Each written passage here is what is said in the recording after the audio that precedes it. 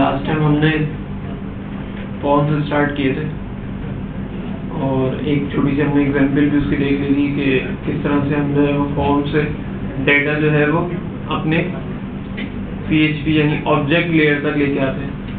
अच्छा, यहाँ पर एक चीज़ और हम क्लियर करते चलें कि हमारे पास जो वेब का कॉन्सेप्ट है उसमें 3 लेयर्स की इन्वॉल्वमेंट नॉर्मली हम कहते हैं कि जी हमारी जो वेबसाइट है ये 3D या 3 लेयर आर्किटेक्चर के ऊपर है। अक्सर ये आप 3D या 3 लेयर आर्किटेक्चर या 3 टियर आर्किटेक्चर का नाम सुनेंगे। कभी आपसे कोई पूछ भी लेगा कि 3 टियर आर्किटेक्चर क्या होता है, तो इसके अंदर होता आपके पास ये है कि 3 लेयर्स होती हैं बेसिकली हर वेब की, हर वेबसाइट के ऊपर, हर एप्लीकेशन के अंदर 3 लेयर्स होती हैं।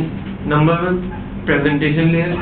प्रेजेंटेशन लेयर आपके पास वो लेयर है जहाँ पर आपको आपका एप्लीकेशन नज़र आ रही है, यानी कि जो आपका एंड रिजल्ट जो है किसी वेबसाइट का जो आपको नज़र आ रहा है वो प्रेजेंटेशन लेयर कहलाती है। ठीक है। अच्छा, अब हमारे पास जो प्रेजेंटेशन लेयर पे जो चीज़ें होंगी, क्योंकि हम वेब के पॉइंट ऑफ व्यू से बात कर रहे हैं, तो यहाँ पर जो हमारे पास चीज़ें होंगी विद रिस्पेक्ट टू वेब, वो आपकी जो प्रेजेंटेशन लेयर के अंदर आती हैं वो आपके पास HTML, CSS और जावास्क्रिप्ट आएगी। ठीक है। अच्छा, दूसरी लेयर कहलाती है ऑब्जेक्ट लेयर।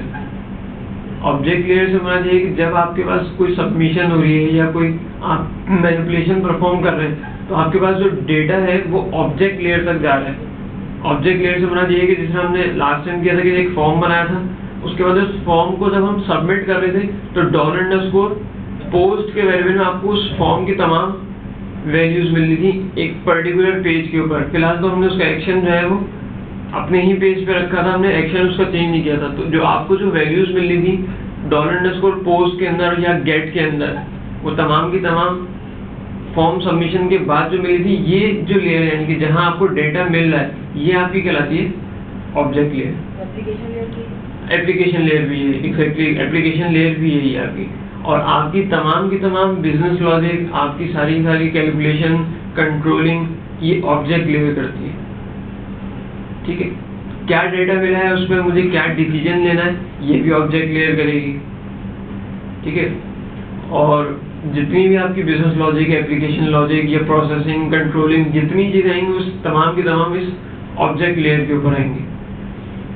ठीक है। उसके बाद तीसरी लेयर कि अब आप उस फॉर्म के डेटा को जो आपको एज अ इनपुट यूजर से मिला है उसको आप अपने पास डेटाबेस में सेव करते हैं या फाइलिंग में सेव करते हैं। ये थर्ड लेयर जो है ये आपकी डेटा लेयर कहलाएगी। चाहे तो आप डेटाबेस में से कोई चीज रिट्रीव करें या उसमें सेव करें, या फाइल में से कोई चीज रिट्रीव करें या फाइल में सेव करें। हमारे पास सेविंग के 2 ही मैकेनिज्म है अभी तो, या तो आप फाइल पे डंप कर दें, फाइल में स्टोर कर दें डेटा, या फिर आप डेटाबेस में डाल दें। तो ये जो थर्ड है ये डेटा लेयर आपके पास। तो प्रेजेंटेशन, देन ऑब्जेक्ट और फिर आखिर में डेटा लेयर।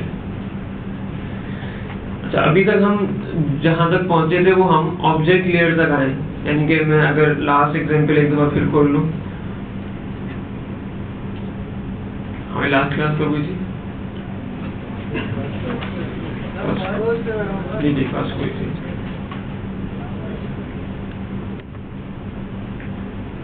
यहाँ पर हमने एक बहुत सिंपल, इसको हम दोबारा कॉपी कर लेते हैं यहाँ पर।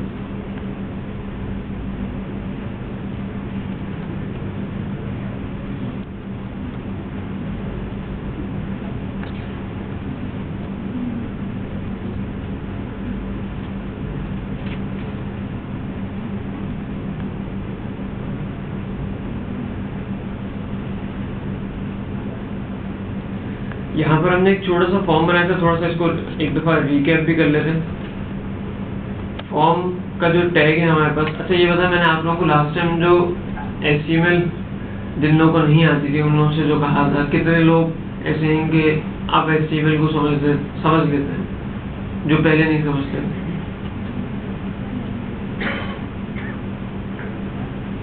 कितने लोग सिर्फ कुर्बानी के साथ ही मशगूल हैं, मतलब गाय भैंसों बकरों के साथ?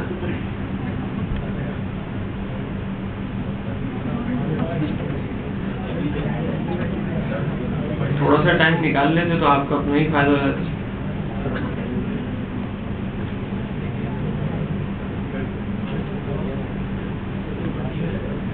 अच्छा,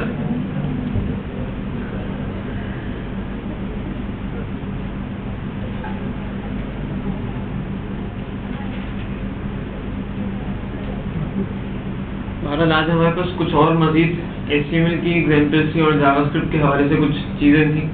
अब जो लोग HTML अब समझते हैं उनको तो आज की क्लास बहुत अच्छे तरीके से और बहुत ही आसान लगेगी। जो लोग नहीं कर चुके तो इंशाल्लाह आज लैब में देखते हैं ये क्या होता है।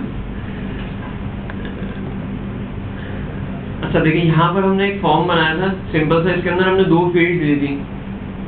एक इनपुट टाइप टेक्स्ट, मैंने आपको बताया था कि आपके पास अगर कोई भी आपको इनपुट फील्ड बनानी है तो उसके लिए आपके पास जो टैग यूज होगा HTML के अंदर वो इनपुट का यूज होगा।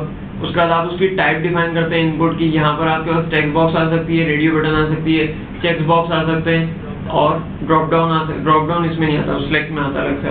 और इसके अलावा पासवर्ड आ सकता है। अच्छा, एक और टाइप होती है यहाँ पर हिडन फील्ड की।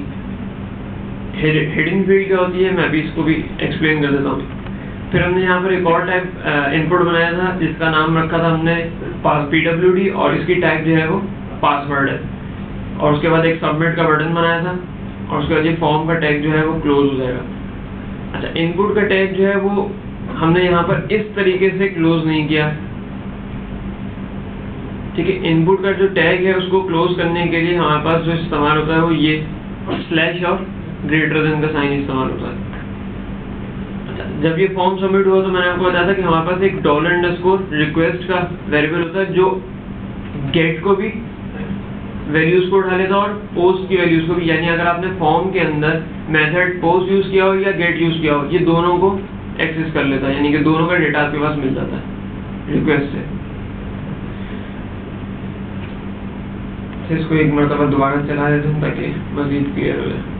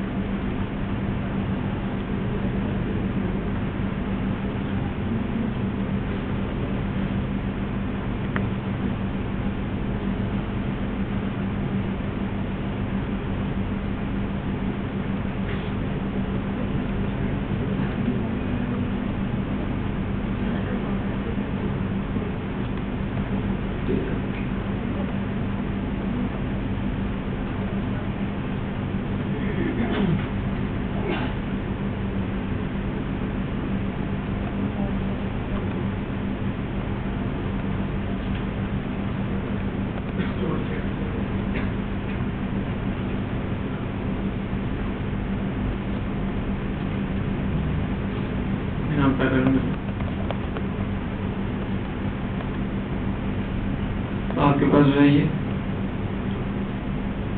ये जो फॉर्म की वैल्यूज है वो आ गई। इसके अलावा ये जो वैल्यूज आ गई इसको भी फिलहाल भूल जाएंगे कहाँ से आ रही है, क्यों आ रही है। ये जो इसके अंदर एक्स्ट्रा जो कुछ वैल्यूज आपको नजर आ रही होंगी ये हमारे फॉर्म में कहीं भी नहीं है। यहाँ पर अगर मैं मेथड सिर्फ पोस्ट कर दूं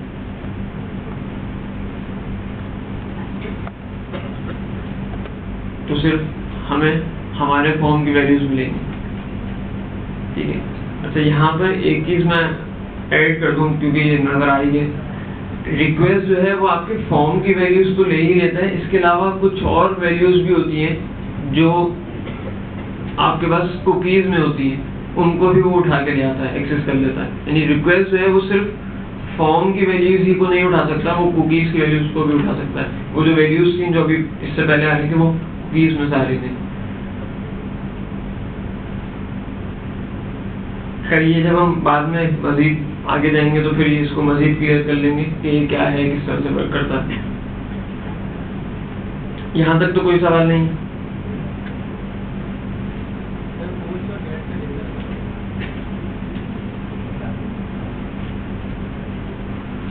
पोस्ट और गेट में जो एक तो सबसे जो मेजर डिफरेंस है जो मैंने लास्ट टाइम भी बताया था वो ये है कि गेट जब आप मेथड यूज करेंगे तो आपके पास जो फॉर्म की जो वैल्यूज हैं जितनी भी वो तमाम की तमाम आपके यूआरएल में डिस्प्ले होगी, ठीक है, और पोस्ट में ऐसा नहीं होता।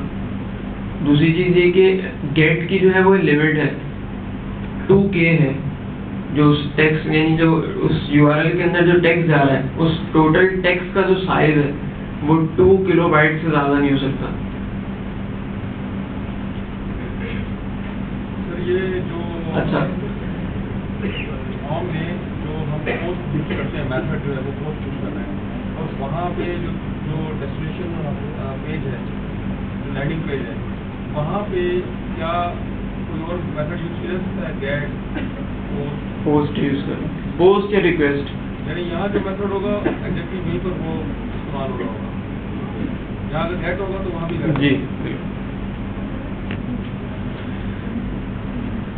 अच्छा, अब इन दोनों के यूजेज की बात कर लेते हैं। लास्ट टाइम हमने इस चीज़ पे डिस्कस नहीं किया था कि कहाँ पर हम जो है वो गेट यूज़ करेंगे और कहाँ पर हम पोस्ट यूज़ करेंगे।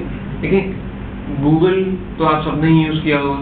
गूगल के अंदर अगर आप कुछ सर्चिंग करते हैं तो आपने देखा होगा कि वो नॉर्मली उसका जो यूआरएल बनता है वो कुछ इस तरह का बनता है।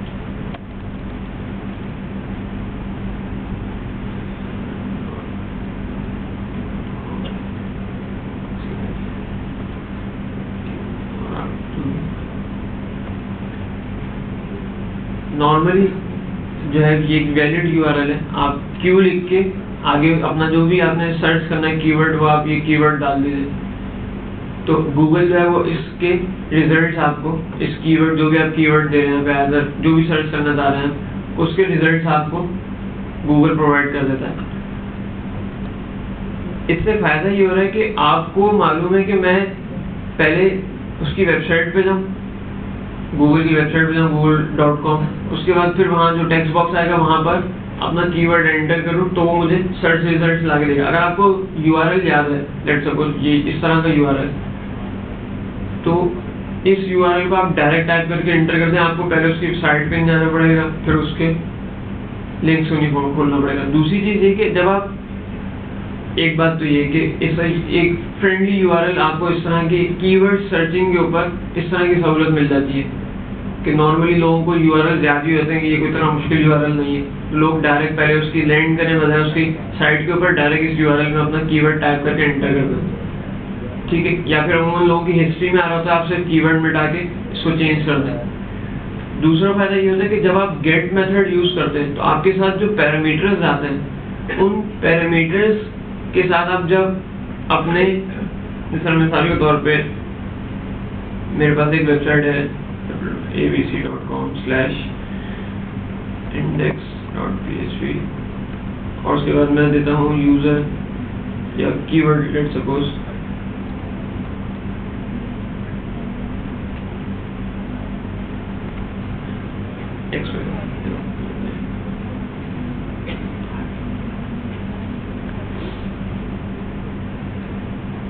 जब आपके पास, मैंने कोई भी फॉर्म सबमिट किया, मेरे पास यूआरएल, लेट्स सपोज ये यूआरएल ये बनता है, या कोई भी XYZ यूआरएल इस तरह का है, इस यूआरएल को जो आपके पास जो, अच्छा ये चीज़ कहलाती है आपके पास क्वेरी स्ट्रिंग। पहली बात तो ये आप लोग याद रखें कि जो क्वेश्चन मार्क के बाद जितना भी एरिया है ये तमाम का तमाम क्वेरी स्ट्रिंग कहलाता है, पहली बात। दूसरी बात ये कि मैंने आपको बताया था कि हम बहुत सारी जगहों पे SEO फ्रेंडली यूआरएल्स बनाते हैं, बताया था शायद मैंने। SEO फ्रेंडली यूआरएल, अगर मैं इसी यूआरएल को SEO फ्रेंडली में कन्वर्ट करूं तो ये यूआरएल कुछ इस तरह का होगा।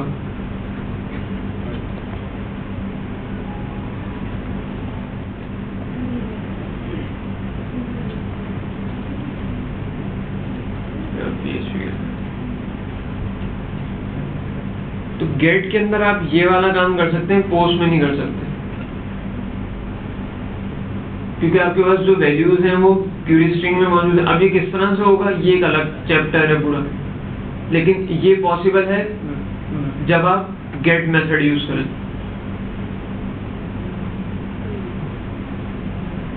ठीक है, अच्छा तीसरा इसका एक जो फायदा है गेट का, नुकसान भी है लेकिन एक और फायदा जो है वो, हमारे पास एक चीज प्रोग्रामिंग के अंदर हम इस्तेमाल करते हैं, कर्ल,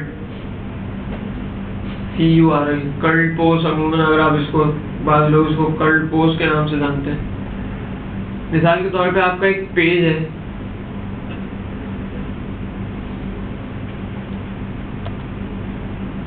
उसके जो URL है उसमें जो क्यूरी स्ट्रिंग है, मतलब लेट्स सपोज आपका यही URL है, अब आपको इस URL का रिजल्ट यानी abc.com/index/ कीवर्ड और आगे जो आईफोन लिखा है, इसके रिजल्ट जो हैं आप किसी और वेबसाइट से कंटेंट उठाते हैं और उसको आप अपने पास सेव करना या डिस्प्ले करवाना चाहते हैं,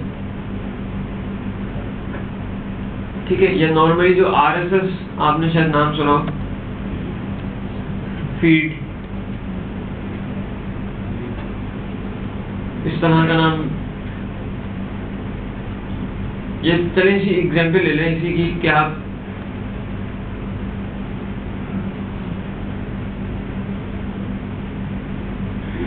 आपके पास स्टॉक एक्सचेंज की वेबसाइट है, लेट्स सपोज, एक और आसान एग्जाम्पल ले लेते हैं, उसके आपको 100 इंडेक्स उठाना है और उठा के आपको उसके अपने पास डिस्प्ले करना है, ठीक है। तो नॉर्मली अगर आप वहाँ का URL देखेंगे तो वो क्यूरी स्ट्रिंग के अंदर उसकी वैल्यूज होती हैं कि इंडेक्स कितने चाहिए आपको।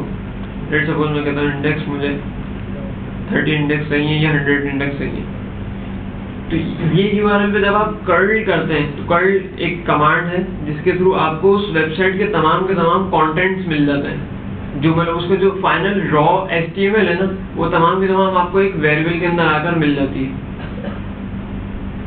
ठीक है। सर मैं कर्ल का कोड भी आपको भी दिखाता हूँ थोड़ी देर में, एक मिनट में पहले फिनिश कर लूँ। आप जब इस URL पे कर्ल करेंगे, कर्ल पोस्ट, तो इसके रिजल्ट के अंदर आपको इस वेबसाइट के तमाम कंटेंट्स मिल जाएंगे। तो क्यूरी स्ट्रिंग अगर आपके पास होगा, यानी कि आपको क्यूरी स्ट्रिंग पता होगा और आपको उसका पर्टिकुलरली पूरा URL मालूम होगा, तो ही आप उसके ऊपर हिट कर सकते हैं। इसी तरह बाद APIs ऐसी गिवन होती हैं जो आपको कहती हैं कि इस API के ऊपर कर्ल के थ्रू आप रिक्वेस्ट भेजते हैं विद पैरामीटर्स, तो वहाँ पर भी आपके पास जो URL बनता है उस API पे हिट करने के लिए, उसके अंदर भी आप इसी तरह का काम करते हैं कि उस URL के अंदर क्यूरी स्ट्रिंग के अंदर अपने पैरामीटर्स पास करते हैं और उसके ऊपर आप कर्ल करते हैं और फिर रिजल्ट में आपको डेटा मिल जाता है, ठीक है। तो कर्ल में पहले आपको एक एडिशनल है, मैं आपको दिखाता हूँ कर्ल पोस्ट का सिंटैक्स।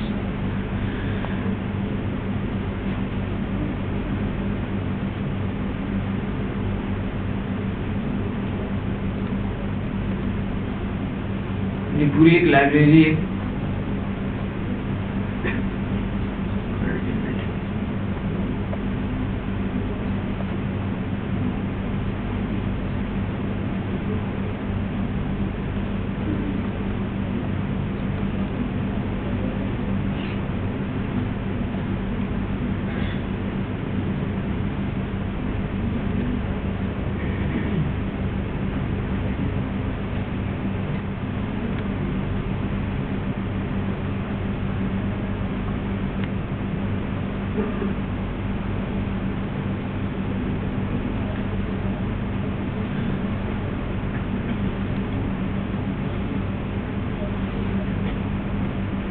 कर्ल की लाइब्रेरी हर जगह इंस्टॉल होती नहीं है, आपको अलग से इसका जो एक्सटेंशन है वो इंस्टॉल करनी पड़ती है कर्ल की।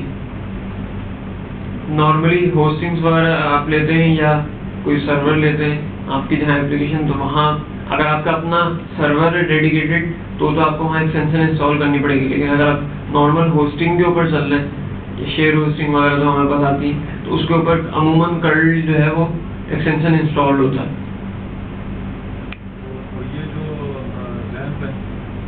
ज़ैम्प में नहीं होता, ज़ैम्प में होता है, वेब में नहीं होता, वेब में करना पड़ता है। XAMPP जो है उसमें होता है डिफॉल्ट में ऑन, इसमें वेब में नहीं होता। एक्सटेंशन की फाइल में से जाके इसको जी बिल्कुल, आप देख लीजिए किसी वेबसाइट पे देख लीजिए, बहुत इजी इसका वो है।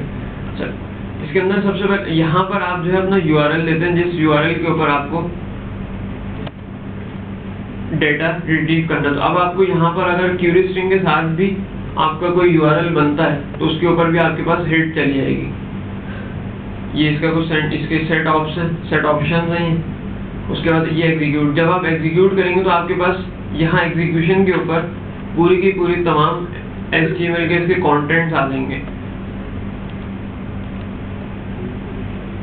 इस जगह पर आपको जब ये एग्जीक्यूट होगी, कर्ल एग्जीक्यूट, ये EXEC, तो यहाँ पर आपको उस वेबसाइट के तमाम कंटेंट्स मिल जाएंगे।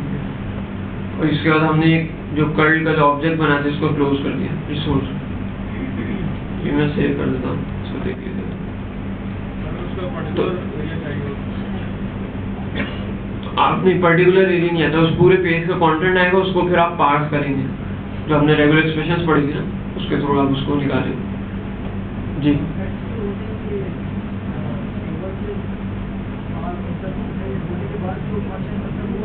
जी जी बिल्कुल। जो HTML जो उस मतलब जिस URL पे हिट करें उसकी जो HTML डिस्प्ले में आ रही होगी ना, जो एंड रिजल्ट होगा वो आपको मिल जाएगा। अमूमन लोग ये कहाँ यूज़ करते हैं मैं इसको बताता हूँ। अमूमन लोग पाकिस्तान के अंदर अपनी वेबसाइट्स के ऊपर क्रिकेट के स्कोर्स दिखाने के लिए यूज़ करते हैं। आपने अगर कोई इस तरह की सोशल वेबसाइट बनाई तो लोग अमूमन क्रिकेट के स्कोर्स उठा रहे होते हैं।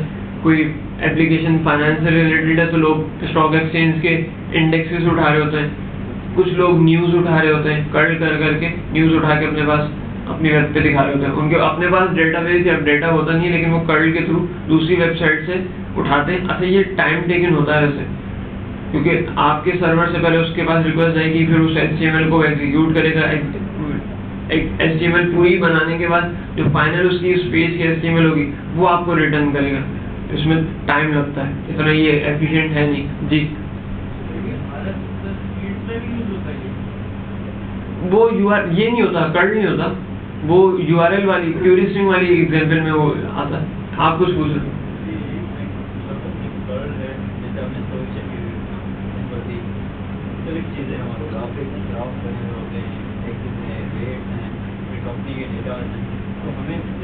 प्लेन टेक्स्ट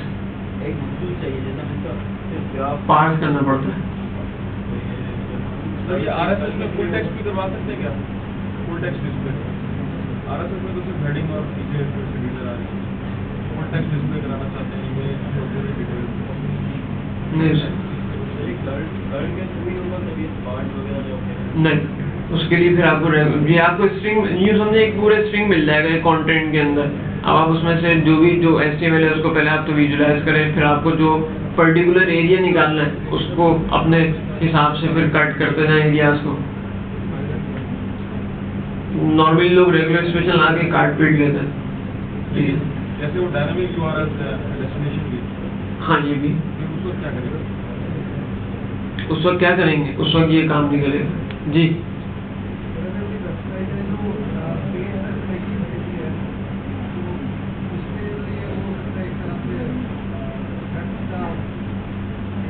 वायलेशन तो पेड सर्विस है, तो पेड सर्विस के लिए तो वो डेफिनेटली आपसे कुछ login user name password type मांगेगी और फिर उसके बाद ही वो डेटा आपको एक्सेस करने देगी।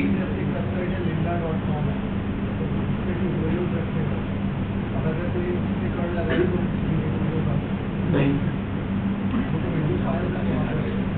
तो वीडियो फाइल्स हैं, लेकिन वो आप उठा तो नहीं सकते। आपको इस कर्ल के थ्रू वीडियो फाइल्स नहीं मिलेंगी।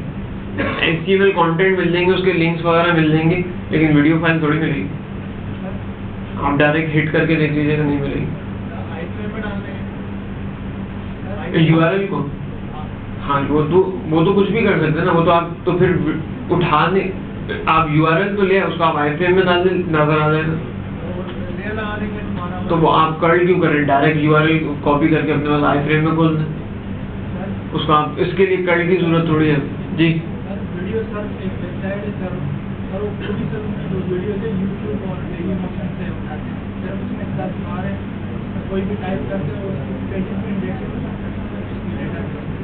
उसने अपने पास डेटा मेंटेन किया है उसका,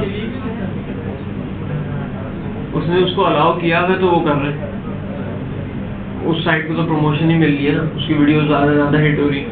जहाँ तक वो वीडियो सर्व से नहीं स्ट्रीम करता होगा, करता वहीं से होगा। लेकिन जैसे BBC ने फुल RSS की फुल टेक्स्ट डिस्प्ले को डिसअलाउ कर दिया अभी किया। उसकी फीड को लेकर लोग अपनी हाँ बिल्कुल ऐसे ही होना। अच्छा भारत, अच्छा अब इसका ड्रॉबैक ये है कि आपके पास कुछ चीज़ों के डेटा जो आप नहीं भी चाहते कि मेरे URL के अंदर डिस्प्ले हो, तो वो आपके पास URL में जा रहा होता है। जहाँ पर आपके पास, अच्छा अब इसको कहाँ यूज़ नहीं करना, गेट को कहाँ पर यूज़ नहीं करना। आपके पास एक तो कोई लंबा चौड़ा फॉर्म हो 8, 10, 15, 20 फील्ड्स का, तो वहाँ पर आप नॉर्मली लोग गेट को अवॉइड करते हैं, ठीक है। प्लस ये कि जहाँ पर आपके पास पासवर्ड या कोई ऐसी सेंसिटिव इंफॉर्मेशन, लेट से क्रेडिट कार्ड की इंफॉर्मेशन है या कोई सिक्योरिटी कोड है या कोई पिन नंबर है, तो वहाँ पर भी आप गेट नहीं पोस्ट यूज़ करेंगे, ठीक है। अच्छा, एक सवाल लास्ट में मैंने पूछा था कि हमारे पास अभी देखें ये फॉर्म मैंने एंटर नहीं किया, मैं इसको सिर्फ पेज को रिफ्रेश करता हूँ तो ये मुझसे कहता है कि जो आपने प्रीवियसली वैल्यू सबमिट की थी, क्या आपको वो दोबारा उस पेज के ऊपर सबमिट करनी, यानी जो एक्शन है मेरा फॉर्म के अंदर। तो ये जो वैल्यूज इस वक्त, तो अगर मैं बताऊँ इस वक्त कुछ भी वैल्यू नहीं है, इस मैंने यूजर नेम और पासवर्ड की फील्ड में कोई वैल्यू एंटर नहीं की अभी, ठीक है। लेकिन मैं जब रिफ्रेश करता हूँ तो मुझसे कहता है जो प्रीवियसली आपने वैल्यूज को सबमिट किया था उनको क्या दोबारा सबमिट करना है। फील्ड्स खाली है लेकिन ये कह रहा है कि वैल्यूज मेरे पास हैं, क्या उनको दोबारा उस यूआरएल पे सबमिट कर दूँ। तो ये जो वैल्यूज हैं, ये वैल्यूज कहाँ पर होती है, आपसे मेरा क्वेश्चन। तो ये जो पोस्ट, पर्टिकुलरली पोस्ट गेट, तो आपका यूआरएल के अंदर वैल्यूज को डाल देता है। आपके पास जब मेथड गेट इस्तेमाल होता है तो जब आप फॉर्म को रिफ्रेश करते हैं, यानी जिस तरह मैं गेट यूज करूँ और इसको रिफ्रेश करूँ पेज को, तो वो वैल्यूज यूआरएल से उठा लेता है। लेकिन पोस्ट जो है, और वो वैल्यूज रखता भी यूआरएल में ही है गेट। लेकिन जब आप मेथड पोस्ट यूज करते हैं तो आपके पास जो वैल्यूज हैं वो for the time being cookies में जाके स्टोर हो जाती है ब्राउजर की। वो गूगल पे सर्च कर लीजिएगा, मुझे नहीं मालूम। अच्छा खासा होता है वैसे, और उस टाइम को आप वेरी भी कर सकते हैं, आपकी कॉन्फ़िगरेशन के अंदर है तो इसका वो पर्टिकुलर आपको हार्ड कोडेड नहीं है, आप कॉन्फ़िगरेशन से अपनी सेट कर सकते हैं, ठीक है। तो ये टेम्परेरी तौर पे आपके पास जो डेटा है, ये जो इन फील्ड्स की होता है, इन फील्ड्स का जो डेटा है फॉर्म सबमिशन के बाद आपके पास टेम्परेरी यहाँ पर रख देते हैं। नहीं, प्लेन टेक्स्ट।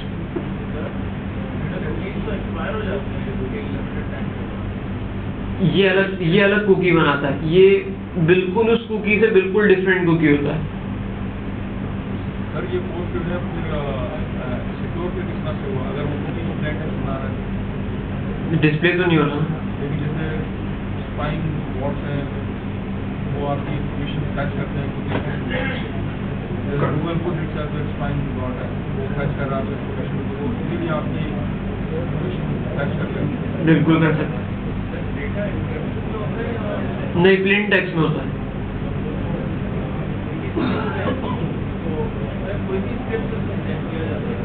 लेकिन ये जस्ट आप मैं इस फॉर्म से नेक्स्ट मतलब इस स्टेप से कंप्लीट करके आगे जाऊंगा तो ये खत्म, मतलब इतना वो नहीं, मुस्तकिल तौर पे ये कुकी मेंटेन नहीं करते, बहुत डिफरेंट कुकी होती है। आप कभी पोस्ट की आप पूरी डिटेल पढ़िएगा गूगल के ऊपर, वो कहाँ पे किस तरह से रखते हैं और कितनी देर के लिए कब उसको फ्लश कर देता है। आप इसका डिटेल एक डॉक्यूमेंट है, अभी हम यहाँ स्ट्रेक से हट जाएंगे जहाँ में जाना है, तो आप उसको पढ़ लीजिएगा, कोई इतना मुश्किल नहीं है, वो बहुत आसान है, आपको 2-4 पैराग्राफ मिल जाएंगे, उसको डिटेल में पढ़ लीजिए।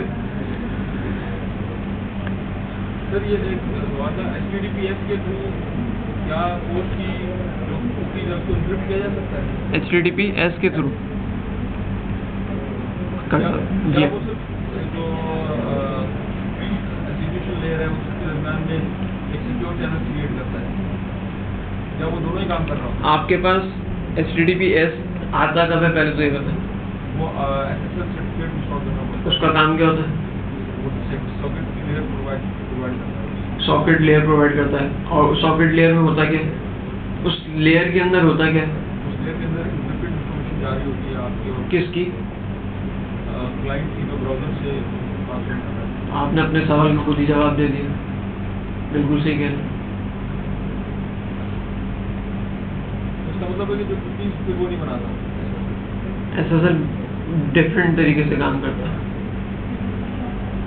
Secure socket layer. चलिए आगे चलते हैं।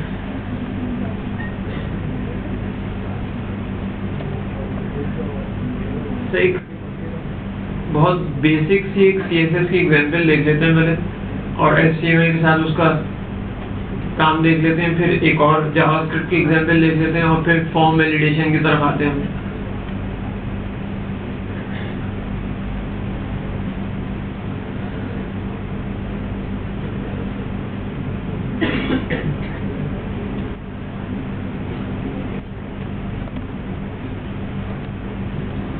अच्छा देखिए, मैंने आपको बताया था लास्ट टाइम कि हमारे पास CSS नाम की भी एक चीज़ होती है जिसके अंदर हम अपनी स्टाइलिंग करते हैं, या अपने जो पेज के ऊपर आपको फॉन्ट्स के साथ जो खेलना कूदना है या पोजीशनिंग वगैरह है, वो तमाम के तमाम जो है वो हम CSS के थ्रू मैनेज कर रहे होते हैं।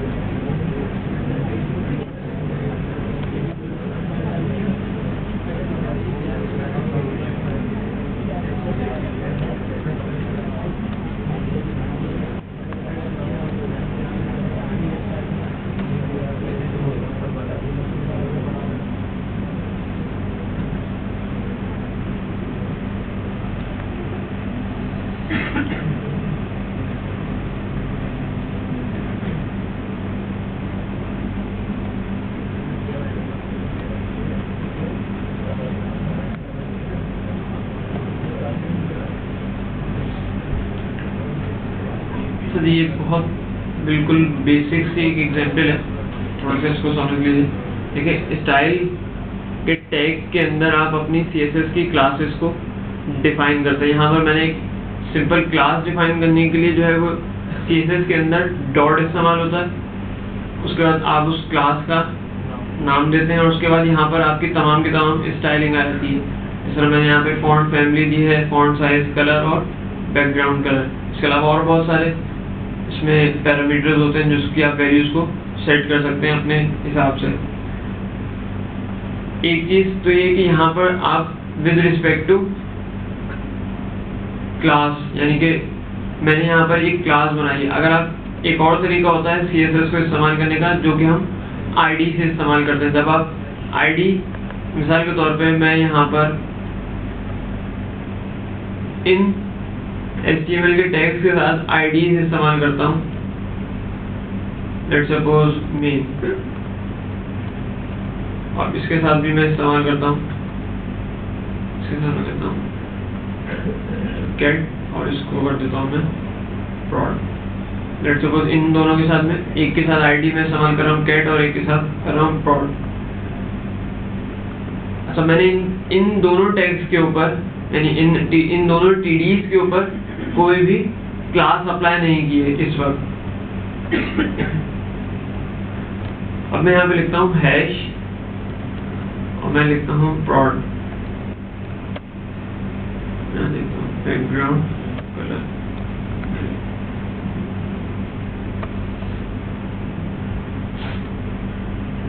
इसी तरह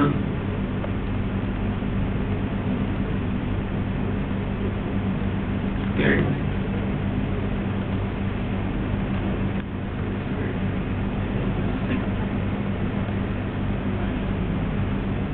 तो इन TDs के ऊपर जो मैंने आईडी दी थी, उन आईडीज के रिस्पेक्ट से मैंने वही आईडी के नाम यहाँ लेकर इसके अंदर स्टाइलिंग कर दी। और ये जहाँ जहाँ ये आईडी इस्तेमाल होगी, यानी कौन सी, जहाँ जहाँ ये है prod की आईडी आप लगाएंगे, वहाँ वहाँ ये स्टाइल जो है आपका इम्प्लीमेंट हो जाएगा।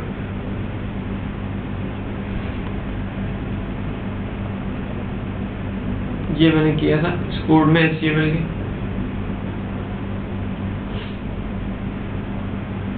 ठीक है जी, यहाँ तक क्लियर? कोई सवाल है इसमें तो पूछ लें। लेकिन आईडी एक से ज़्यादा यूज़ नहीं हो सकती ना, अगर आईडी करें मल्टीपल टाइम यूज़ कर सकते हैं आईडी? कर तो सकते हैं, लेकिन अगर आप कुछ और से काम करते हैं तो उसमें फंस जाएंगे। कर सकते हैं एक से ज़्यादा आईडी, एक से ज़्यादा आईडी, मतलब एक ही आईडी को मल्टीपल जगहों पे यूज़ कर सकते हैं। मैं अगर इसकी आईडी भी ये कर दूँ,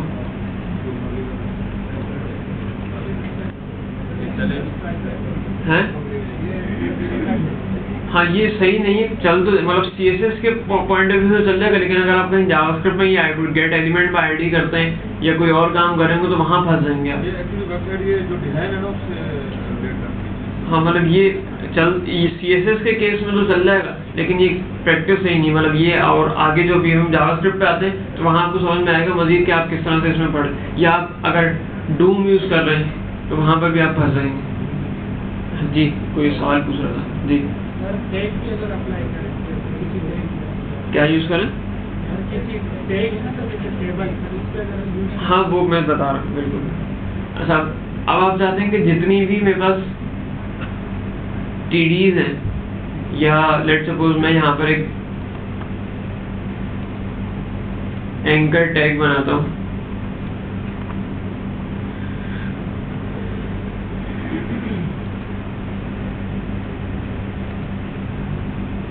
ये मैंने यहाँ पर एक एंकर का टैग बना दिया लिस्ट ऑल के नाम से। ठीक है, अब मैं चाहता हूँ कि एक और काम है CSS के साथ आप कर सकते हैं। एक तो आप डायरेक्ट क्लास डिफाइन कर दें, डॉट क्लास, उसके बाद आईडी के लिए हैश इस्तेमाल करते हैं। दूसरा तरीका ये कि आप चाहते हैं कि ये जो मैंने पर्टिकुलर HTML का जो टैग है A, लेट्स सपोज जहाँ जहाँ ये A है उन सब के ऊपर ये स्टाइल अप्लाई हो जाए। लेट्स सपोज मैं कहता हूँ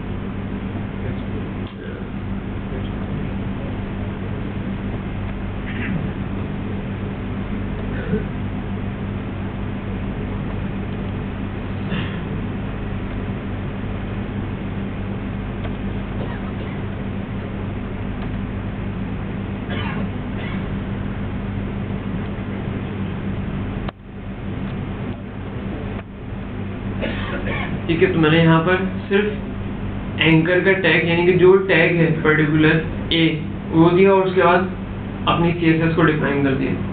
अब आपके पास जो है वो CSS के ऊपर वो स्टाइल अप्लाई हो गया। अच्छा, इसके अंदर होगा ये कि जहाँ जहाँ आपके पास एंकर टैग इस्तेमाल हो रहे होंगे, यानी A का जो टैग है वो इस्तेमाल होगा, उन तमाम जगहों पे ये आपका जो स्टाइल है वो अप्लाई हो जाएगा। ठीक है, आपको पर्टिकुलर कहीं जाके कोई CSS की क्लास या आईडी उसको बताने की जरूरत नहीं। जहाँ जहाँ एंकर टैग होगा सब जगह ये आपका स्टाइल जो है वो इम्प्लीमेंट हो जाएगा। ठीक है, ये क्लियर है?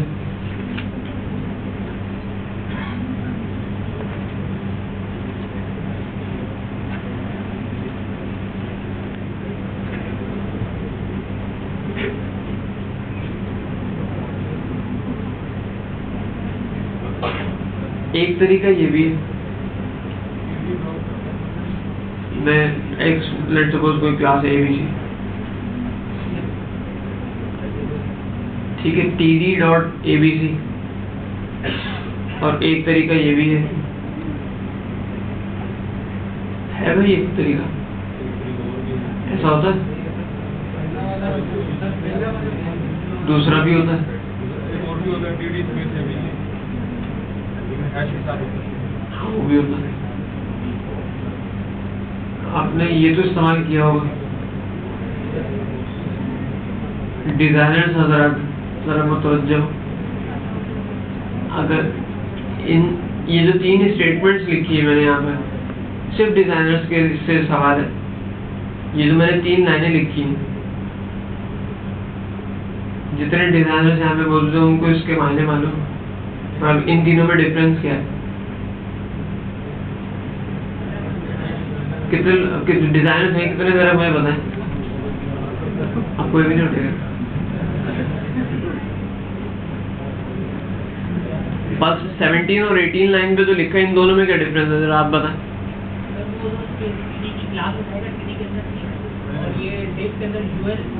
नहीं, सिर्फ 17, इन दोनों में डिफरेंस बताएं, इन दोनों में।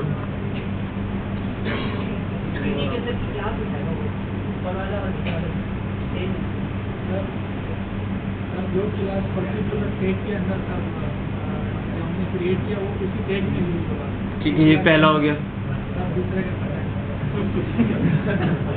आप बताएंगे जब पीछे बैठे? हाँ,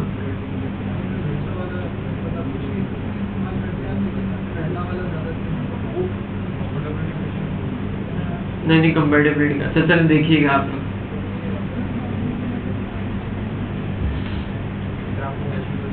जी अच्छा, ये तो सर बहुत आसान सा है। इस यहाँ तक किसी को कोई कंफ्यूजन है ये इन 3 लाइनों के अलावा तो पूछ लें। ये इस तरीके से कोई भी क्लास को डिफाइन कर सकता है। क्लास का नाम सर टीडी या इससे पहले जो इनको भूल जाइए, 3 लाइनें नहीं है, इसके अलावा पूछे।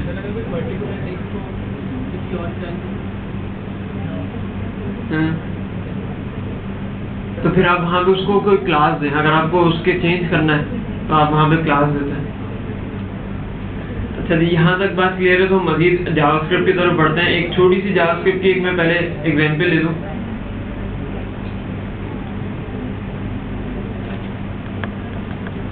अच्छा, एक बात जरा यहाँ पर गौर से सुन लीजिए कि जितनी भी हमारे पास जावास्क्रिप्ट की जो प्रोग्रामिंग है या जावास्क्रिप्ट का जो कोड है, वो नॉर्मली जो हम वेब के ऊपर इस्तेमाल कर रहे होते हैं वो इवेंट बेस्ड कहलाता है। ठीक है, क्या कहा मैंने कि हमारे पास जो जावास्क्रिप्ट के जितने भी हम काम नॉर्मली वेब के ऊपर करते हैं, कॉमनली या फ्रिक्वेंटली कह लें, जो हमारी जो प्रैक्टिस है वो इवेंट बेस्ड के रिस्पेक्ट से ज़्यादा है। मिसाल के तौर पे कि आप किसी मेन्यूज़ के ऊपर माउस लेके जाएं तो आपके पास मेन्यूज़ है वो ड्रॉप डाउन खुल जाए। ठीक है, आप किसी लिंक के ऊपर जाएं तो वो चेंज हो जाए, या आपके पास या किसी इमेज के ऊपर माउस लेके जाएं तो आपके पास जो है वो जूम हो जाए। ये तमाम के तमाम इवेंट बेस्ड हैं। ये आप किसी फील्ड के अंदर टाइपिंग कर रहे हैं, आप टाइप करके जैसे उस फील्ड सेट है उसने आपके पास ये प्रॉम्प्ट कर दिया कि जो आपने इंसर्ट किया इसमें डेटा वो वैलिड है या नहीं, यानी वैलिडेशन जो है वो उसके रन टाइम पे ही हो गई। जैसे आप उस फील्ड से हटे उसने उसको वैलिडेट कर दिया। इसमें एजेक्स भी यूज होती है, लेकिन अगर आप सिर्फ क्लाइंट साइड की बात करें तो जावास्क्रिप्ट के थ्रू ये इवेंट्स के थ्रू हम मैनेज करते हैं। इसी तरह ऑन क्लिक है, ऑन माउस ओवर है, ऑन माउस डाउन है, इस तरह बहुत सारे इसमें इवेंट्स हैं जिसके ऊपर हमारे पास पर्टिकुलरली हम मेथड्स को कॉल कर सकते हैं और उसके अंदर फिर अपनी फंक्शनैलिटी को परफॉर्म किया जा सकता है। इसकी एक छोटी सी एग्जांपल हम देख लेते हैं।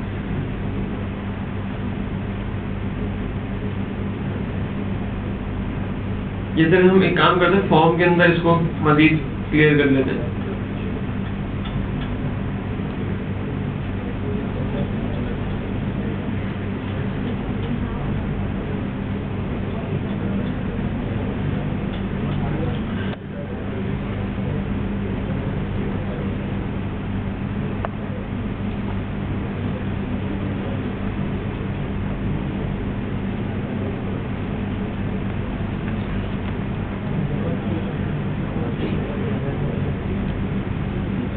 अच्छा, जो जावास्क्रिप्ट आप लिखेंगे उसके लिए जो टैग इस्तेमाल होगा वो स्क्रिप्ट का टैग ही इस्तेमाल होगा। इस स्क्रिप्ट के टैग के अंदर आपका जावास्क्रिप्ट का कोड आएगा। ठीक है जी।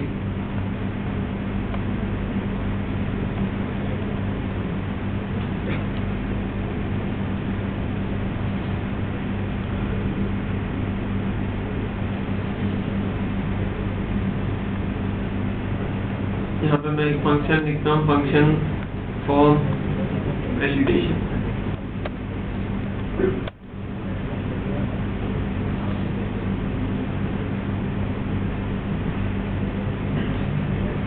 इस फॉर्म के टैग के अंदर सब यहाँ पर सर इसको गौर से देख लीजिए। यहाँ पर देखें लिस्ट है, on click, on double click है, डीवीएल क्लिक, ऑन की डाउन, ऑन की प्रेस, ऑन की up, on mouse down, mouse move, out, over, up, reset, on submit, ये इसके इवेंट्स हैं। हर इवेंट का मतलब उसके आपको इसको पढ़ के समझ में आ रहा होगा कि किस इवेंट के ऊपर क्या होगा। यहाँ पर क्योंकि ये फॉर्म सबमिशन है तो हम यहाँ पर जो इवेंट इस्तेमाल करेंगे वो ऑन सबमिट का इस्तेमाल करेंगे। और यहाँ पर डबल कोट्स के अंदर आप लिखेंगे जो भी आपको इसके सबमिशन के ऊपर जावास्क्रिप्ट का मेथड कॉल करना है वो आप यहाँ पर लिखेंगे। मुझे इसके ऑन सबमिट के ऊपर फॉर्म वैलिडेशन का मेथड कॉल करना है वो मैं यहाँ पर लिखूंगा इस तरह से। हर इवेंट को लिखने का तरीका यही है। उसके आगे आप अपने जो भी आप इवेंट ऑन क्लिक इस्तेमाल कर रहे हैं तो on click is equals to double quotes के अंदर अपना वो जावास्क्रिप्ट का मेथड आप डिफाइन कर देंगे। सिर्फ नाम, उसकी डिक्लेरेशन जो उसने उस मेथड ने काम करना है वो ऊपर आएगा। ठीक है, क्लियर? अच्छा, यहाँ मैं रिटर्न का इजाफा करूँगा क्योंकि मुझे इस फॉर्म की वैल्यू भी चाहिए सक्सेसफुल ताकि ये फॉर्म सबमिट हो। अच्छा, अब यहाँ पर मैंने इन फील्ड्स के अंदर जो मैंने ये जो इनपुट फील्ड्स बनाई है इनमें मैंने अभी तक आईडीज नहीं दी, सिर्फ नेम दिए, नाम दिए इनमें। मैं यहाँ पर अब मजीद जो है इसमें आईडीज भी ऐड कर देता हूँ। क्यों ऐड कर रहा हूँ इसकी वजह मैं अभी आपको बताता हूँ। जी बिल्कुल बिल्कुल।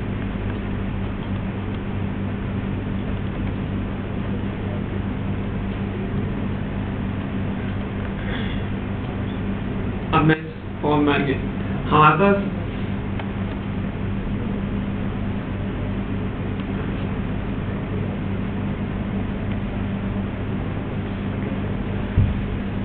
एक चीज, एक लैंग्वेज ही कह लें, सिंपल सी छोटी सी एक लैंग्वेज है जो कि अगेन ब्राउजर पे ही एग्जीक्यूट होती है। इसका नाम है डूम। आपने सुना होगा, बहुत पहले भी इस्तेमाल होती थी, अभी भी बहुत इस्तेमाल होती है लेकिन बहुत रेयर इसका यूजेज है। डॉक्यूमेंट ऑब्जेक्ट मॉडल, ये जो डूम है आपके पास,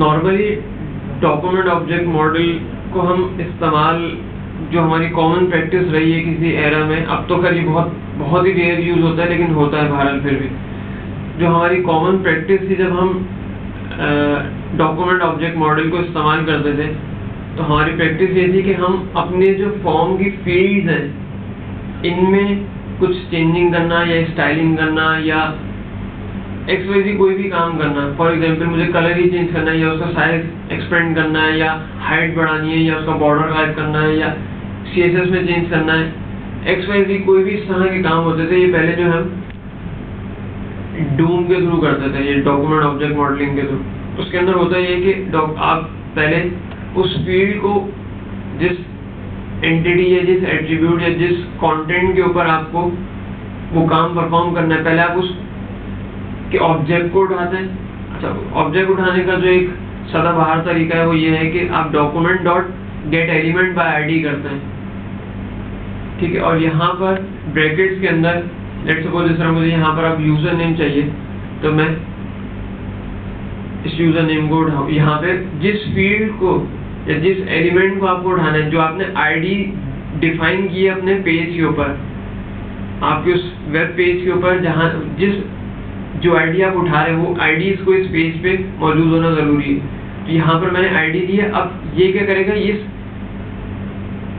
एलिमेंट का, ये जो इनपुट का जो एलिमेंट है, इसका एक ऑब्जेक्ट आपको रिटर्न करेगा। उस ऑब्जेक्ट की कुछ प्रॉपर्टीज, कुछ मेथड्स, कुछ एट्रीब्यूट्स आपके पास अवेलेबल होंगे। अब वो क्या क्या होंगे वो भी हम इसको मजीद थोड़ी सी इसकी एग्जाम्पल देख लेते हैं। पहला काम ये कि आप जब वैलिडेशन करते हैं, फर्स्ट स्टेप हमारा ये होना चाहिए कि आप सबसे पहले तो एक मेथड बनाएं और ऑन सबमिट के टैग के अंदर अपना वो मेथड डिफाइन करते हैं विद रिटर्न। रिटर्न क्यों लिखा है इसकी भी मैं आपको अभी रीजन बताया था। उसके बाद आप वो मेथड बनाएं। मेथड बनाने के बाद आप वन बाय वन अपनी फील्ड्स की आईडीज जो आपने असाइन की हुई है, वन बाय वन आप document dot gate element by ID करके उन फील्ड्स को उठा लें और उसको एक चाहे तो वेरिएबल में स्टोर कर लें, नहीं चाहें तो ना करें। दोनों तरीके सही हैं। मैंने फिलहाल इसको एक वेरिएबल बनाया var और u, जो ऑब्जेक्ट मैंने उठाया है document dot gate element by ID करके, किसका, यूजर नेम का, वो मैंने इस जावास्क्रिप्ट के u में स्टोर कर दिया। var और u ये जावास्क्रिप्ट का वेरिएबल डिक्लेयर करने का तरीका है। var लिख के आप वेरिएबल नेम दे दीजिए, ठीक है। यहाँ तक क्लियर है। पहला 2 स्टेप्स हैं अभी तक। हमने फॉर्म वैलिडेशन की तरफ हम जा रहे हैं। हमने सबसे पहला काम तो ये किया कि उसके फॉर्म के टैग, अच्छा इसका तरीका एक और भी है, फिलहाल हम ट्रेडिशनल तरीका इस्तेमाल कर रहे हैं कि हमने ऑन सबमिट के ऊपर एक मेथड डिफाइन कर दिया, ठीक है। यहाँ तक कोई क्वेश्चन है तो पूछ लीजिए। अच्छा, उसके बाद जो नेक्स्ट स्टेप है, आप उस फंक्शन के अंदर स्क्रिप्ट के टैग के अंदर जो आपने लिखा है उसकी फॉर्म की वैल्यूज को वन बाय वन करके उठाते थे और उनको वैलिडेट करते थे।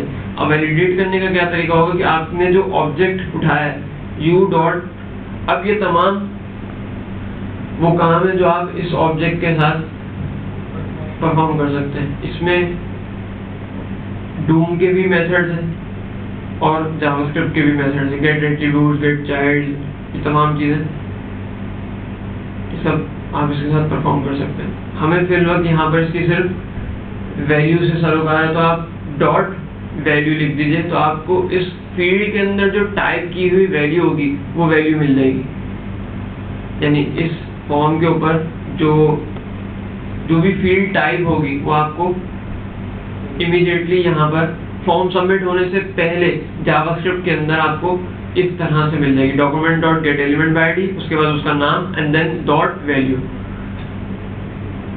ठीक है जी। अच्छा, इस पे अब आप इफ एल्स लगा सकते हैं। जावास्क्रिप्ट के कोड के अंदर भी इफ एल्स मौजूद है, तकरीबन मोरलेस इसी तरह के काम है जो आप PHP के अंदर फॉर का लूप भी सिंटैक्स उसी तरह है, बस इसके अंदर डॉलर साइन नहीं है।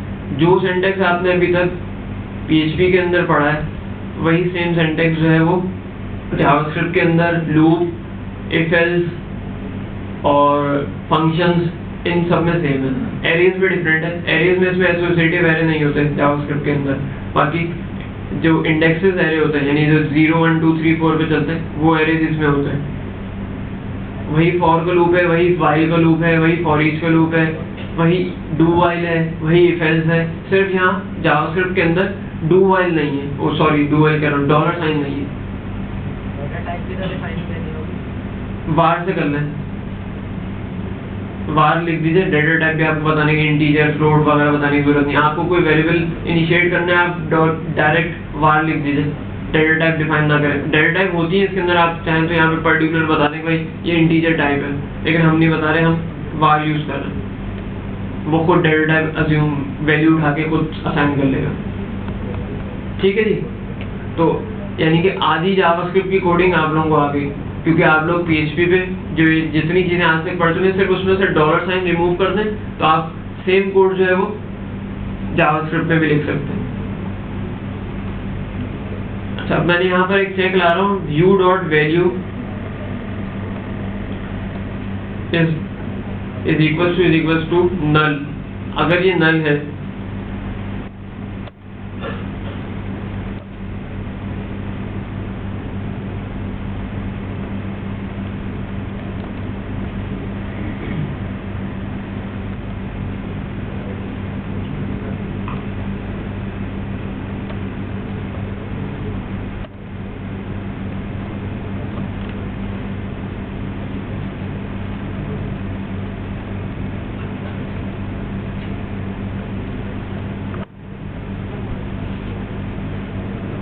अगर इसकी वैल्यू जो है वो आपके पास नल सबमिट होती है तो आप एक अलर्ट का जो मेथड है ये एक प्रॉम्प्ट करेगा, उसके अंदर जो भी आप मैसेज लिखेंगे वो आपको वहां पर डिस्प्ले हो जाएगा। और उसके बाद मैंने करा है अगर मेरे पास ये वैल्यू नल आती है तो मैं यहाँ पर रिटर्न फॉल्स करवा दूँ। ठीक है जी। अच्छा, जब तक रिटर्न आप इस मेथड से ट्रू नहीं करेंगे तब तक आपका फॉर्म सबमिट नहीं होगा। ये जो मैंने फॉर्म के अंदर मेथड लिखा था और यहाँ पे रिटर्न कीवर्ड लिखा था, रिटर्न का जो यहाँ पर मैंने on submit equals to double quotes के अंदर रिटर्न और फिर वो वैलिडेशन का मेथड जो जावास्क्रिप्ट में, अगर यहाँ से रिटर्न हटा दूँ तो ये हर दफा सबमिट हो जाएगा, चाहे आपके पास फंक्शन जो है वो रिटर्न फॉल्स करे या ट्रू करे। लेकिन रिटर्न जब मैं यहाँ पर ऑन सबमिट के साथ लिख दूंगा तो जब तक ये मेथड जो आपने कॉल किया ये रिटर्न ट्रू नहीं करेगा ये फॉर्म सबमिट नहीं होगा। ठीक है, इसको रन कर लेते हैं।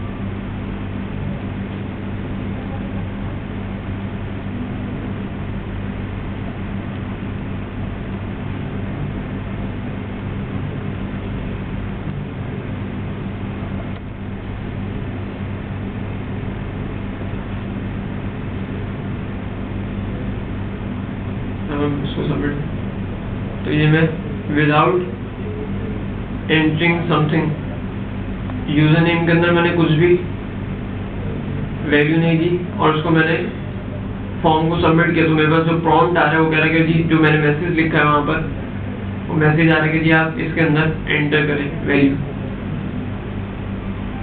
ठीक है, और ये फॉर्म भी इस वक्त सबमिट अभी नहीं हुआ क्योंकि मैंने वहां से रिटर्न फॉल्स करवाया है जी।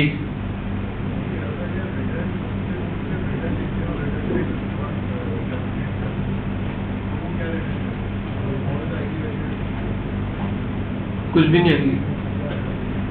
रिटर्न सिर्फ हम उस मेथड से बाहर भेजने के लिए अमूमन इस्तेमाल करते हैं। रिटर्न और सिर्फ टर्मिनेट कर देते ना, उसमें कोई वैल्यू बाहर नहीं आती, सिर्फ हम उस मेथड से बाहर निकलते हैं, ट्रू फॉल्स या कोई वैल्यू नहीं आती।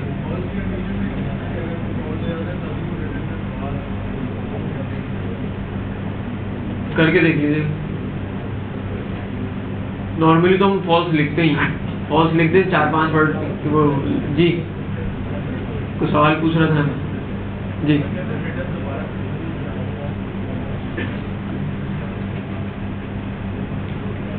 आपके पास जब ये वैल्यू नल है तो एक तो इसने प्रॉम्प्ट आपके पास डिस्प्ले किया, पहली चीज। दूसरी चीज है कि अब आपको इस फॉर्म को सबमिट, जाहिर है जब आपके पास वैल्यू नहीं है तो आपको इस फॉर्म को सबमिट होने से रोकना है। तो फॉर्म सबमिट रोकने के लिए आपने यहाँ से रिटर्न फॉल्स करवाना है।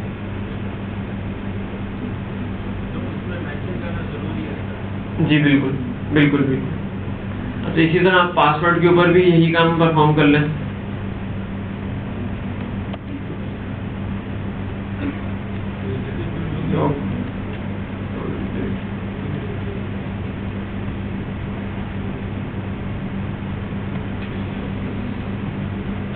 इसको एक ही लाइन में लिखने के लिए इस तरह से कर लें हम, document.getElementById, उसके बाद उस फील्ड का नाम जो आपने आईडी नीचे असाइन किया, उसके बाद डॉट वैल्यू। इसके लिए भी मैंने यहाँ पे सेम ही चेक लाया कि अगर ये नल है तो आप यहाँ पे मैसेज प्रॉम्प्ट कर देंगे जी पासवर्ड दे दीजिए।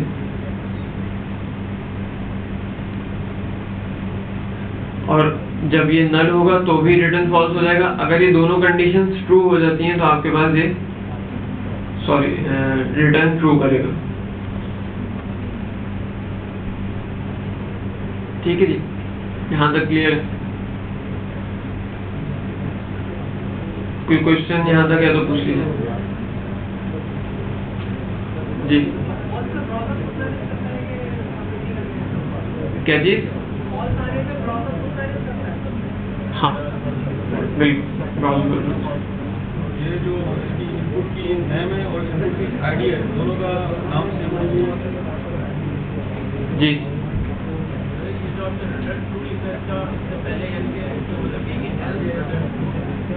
हाँ बहुत सारे ब्राउज़र में सर ये अलर्ट का ऑप्शन डिसेबल हो है, सर उसमें पता नहीं चलता है कि अलर्ट क्या है सर। उसके नीचे सर टेक्स्ट बॉक्स के नीचे रेड कलर में क्या आ जाता है? बिल्कुल आ जाए।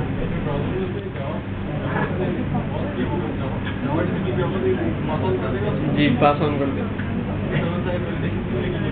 नहीं अभी नहीं लगी। अच्छा देखिए यहाँ पर पहले एक चीज़ तो ये कि मुझे सिर्फ यहाँ पर थोड़ा सा ये बताना कि अभी जावास्क्रिप्ट में कोडिंग हम इस तरह से करते हैं, मतलब इस जो कोड लिखने का मकसद था वो आपको ये बताना है कि जावास्क्रिप्ट के अंदर कोड इस तरह का होता है, क्योंकि बहुत सारे लोगों ने आज तक जावास्क्रिप्ट का कोड देखा ही नहीं होगा, पता नहीं इसको कोई हवा समझते होंगे, कोई भूत है। ऐसा भूत कोई नहीं है, बहुत आसान है और इसका तरीकाकार ये है। दूसरी जो बात आपको यहाँ पर ये बतानी थी कि जिस तरह अभी सवाल ही पूछा कि हम नॉर्मली वैलिडेशन जावास्क्रिप्ट की अपने पास पेज के ऊपर परफॉर्म करते हैं। उससे होता ये है कि आपका तकरीबन ऑलमोस्ट 70 to 80% डेटा जो है वो आपके पास फिल्टर होके आता है। तो अगर दुनिया में 100 इंटरनेट यूजर हैं तो 100 में से शायद 20 लोग, वो भी 20 भी बहुत ज़्यादा ही होंगे, 20 लोग ऐसे होंगे जो अपनी जावास्क्रिप्ट को बाय डिफ़ॉल्ट जो है वो ऑफ रखते होंगे अपने ब्राउज़र के अंदर। नॉर्मली जावास्क्रिप्ट जो है वो इनेबल ही होता है, डिसेबल बहुत कम लोग ही रखते होंगे। तो हम एक रेशियो ले देंगे कि 20% लोग जो है वो अपना जावास्क्रिप्ट को जो है वो डिसेबल कर देते हैं।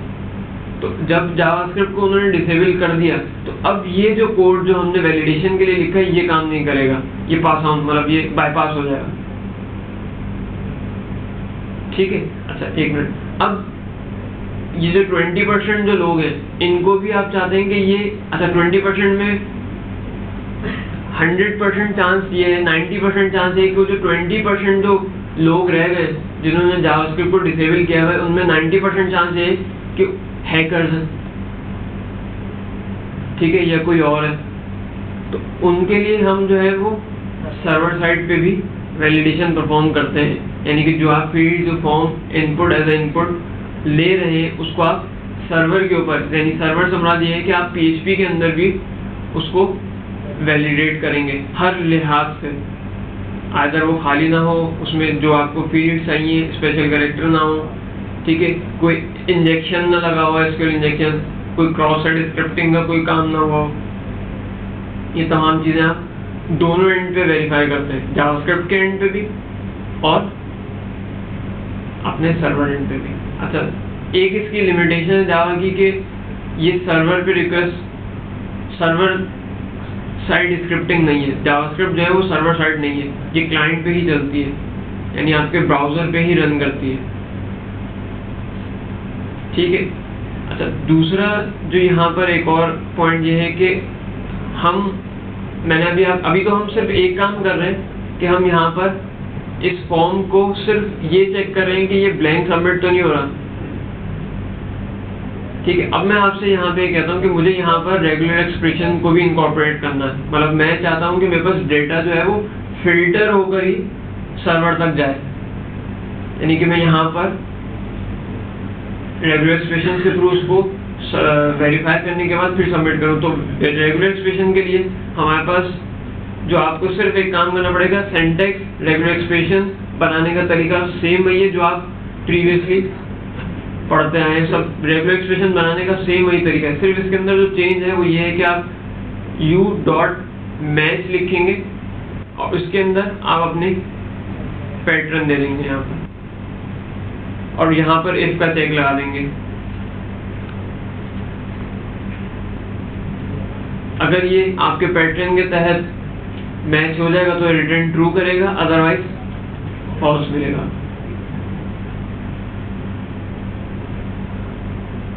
जी हाँ जी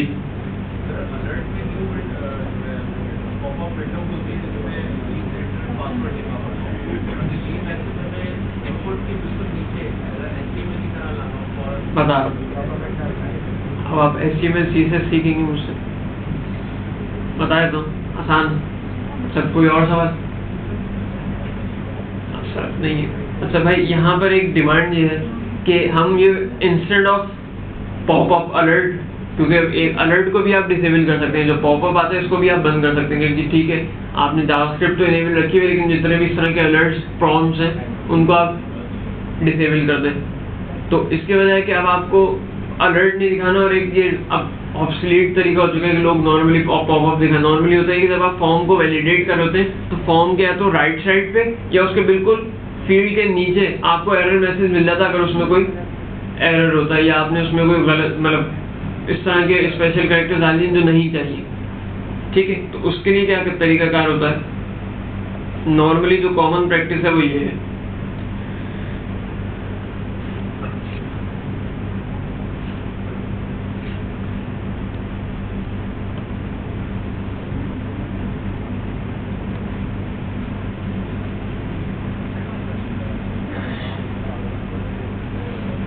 एक आसान वाला तरीका बताता हूँ इसका मैं आपको।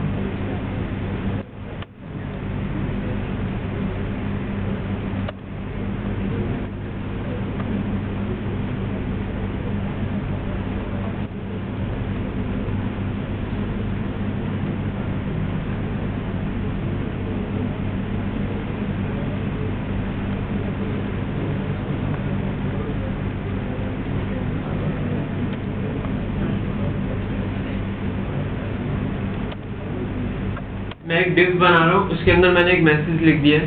इसकी स्टाइलिंग वगैरह आप लोग खुद देख लीजिएगा। मैंने कभी इस पर कोई CSS या रेड क्लास नहीं दी, इसको रेड नहीं किया, सिंपल एक प्लेन टेक्स्ट ही है। मैंने एक डिव बनाई है, ये तरीका देख लीजिए। जो आप चाह रहे हैं कि इसको मैं फील्ड के एग्जैक्टली नीचे जो है वो रेड कलर में स्मॉल फॉन्ट में दिखा दूँ कि भाई आपने जो है फील्ड है वो गलत इनपुट की। कलर भी थोड़ा सा इसको रेड कर दूँ।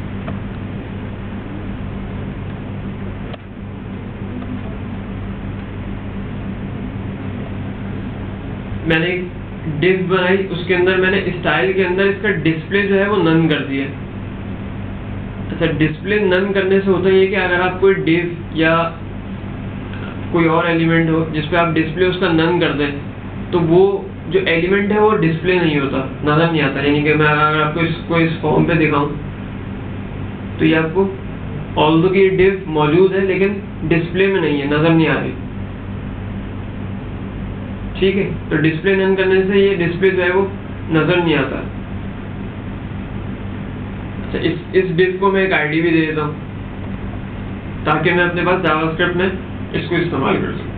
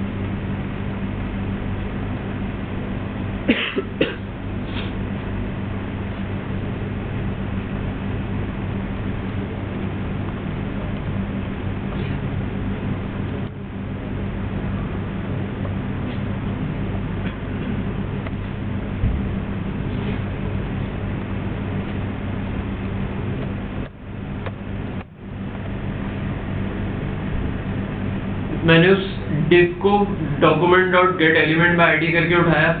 उसके बाद उस div का जो स्टाइल के अंदर जो डिस्प्ले था, स्टाइल के अंदर उस div का, यानी ये div का मुझे ऑब्जेक्ट मिल गया जिसको मैंने ERR, उसके स्टाइल में डिस्प्ले का जो एक एट्रीब्यूट था या जो स्टाइल था उसको मैंने नन से ब्लॉक कर दिया।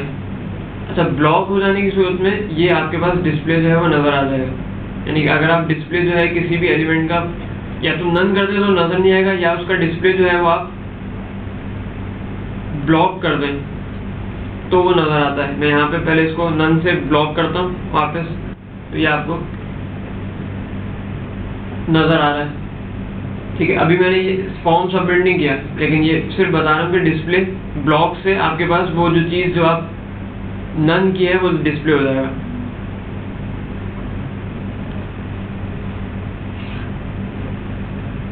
ठीक है जी, अब वापस अब मैं इस फॉर्म को सबमिट करता हूँ, तो ये मेरे पास इस तरह से आ रहा है। ठीक है जी, डिव का सिर्फ मैंने डिव बनी हुई, सिर्फ उसका स्टाइल जो है वो मैंने ब्लॉक कर दिया। एक तरीका ये, दूसरा तरीका एक और ये भी है होता है कि आप एक डिव बना दें, उसमें कंटेंट वगैरह कुछ मत लिखें। जिस तरह मैंने यहाँ पर मैसेज भी लिख दिया है कि यूजर नेम इनवैलिड, आप इसको मत लिखें यहाँ पर। आप इसके मतलब ये मैसेज भी है, ये इस मैसेज को भी आप जावास्क्रिप्ट के साथ यहाँ पर लिख सकते हैं। मैं यहाँ पर इस मैसेज को भी चेंज कर देता हूँ, .innerHTML,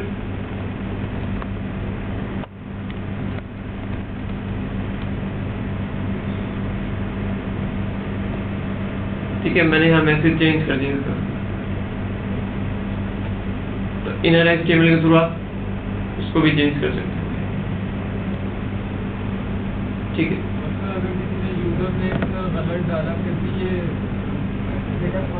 हाँ, तो जब गलत डाले, जो आपने अगर जो कंडीशन लगाई है उसके हिसाब से यहाँ पे रिजल्ट आ जाएगा। अब आप इसकी पोजीशनिंग वगैरह सेट कर लेंगे जी, इसके नीचे प्रॉपर लिया है और उसका फॉन्ट साइज क्या हो, फॉन्ट कलर क्या हो, बैकग्राउंड, मतलब वो सारी चीज़ें आप इसके साथ खेल कूद सकते हैं। वो CSS से आप इसको हैंडल कर लें।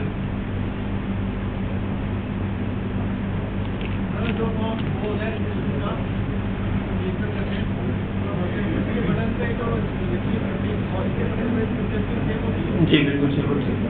अच्छा, एक मिनट में एक बात और आपको बता दूं, एक मिनट रुक जाते। अच्छा, ये जो सारे हम काम कर रहे हैं स्पेशली वैलिडेशन के पॉइंट ऑफ व्यू से या जावास्क्रिप्ट से रिलेटेड, और जो हम मेन्यूज वगैरह बनाते हैं या फिर स्लाइडिंग है, फॉर्म स्लाइडिंग है, इमेज स्लाइडिंग है, गैलरीज वगैरह जो है, इस तरह के काम जो हम करते हैं। अब नॉर्मली लोग जो है वो जावास्क्रिप्ट कोई कोड लिखने से घबराते हैं, भागते हैं लोग। अब लोगों में ये ट्रेंड नहीं है कि लोग जावास्क्रिप्ट का कोड लिखें, क्योंकि jQuery जो है हमारे पास वो सारे काम परफॉर्म कर देती है सिर्फ एक लाइन से। मतलब ये आपको कुछ भी नहीं करना, वो सारे काम अपने तौर पे अपने एंड पे बहुत अच्छे और प्रॉपर तरीके से ये तमाम काम सिर्फ एक लाइन लिखने से कंट्रोल और मैनेज करता है वो। तो अब लोग जो है वो थोड़े से खैर अच्छी बात भी है, रैपिड डेवलपमेंट भी हो जाती है इससे, और ये कि वो एक टेस्टेड चीज़ है और प्रॉपर है। जितनी देर आप उसको बनाने में और इसको करने में करेंगे, उतनी देर में वो आपको वन लाइन कॉपी पेस्ट करके चला लें। तो लोग जो है वो कॉमनली जो है वो बहुत ज़्यादा जो है वो jQuery को इस्तेमाल करते हैं। jQuery की लाइब्रेरी अवेलेबल है, फ्री है, उसको आप यूज़ करें, क्लास को अपने पास इंक्लूड करें, उसकी jQuery की जावास्क्रिप्ट की उस फाइल को इंक्लूड करें, और उसके बाद एक लाइन के अंदर आपके तमाम काम बहुत प्रॉपर वे में हो जाते हैं।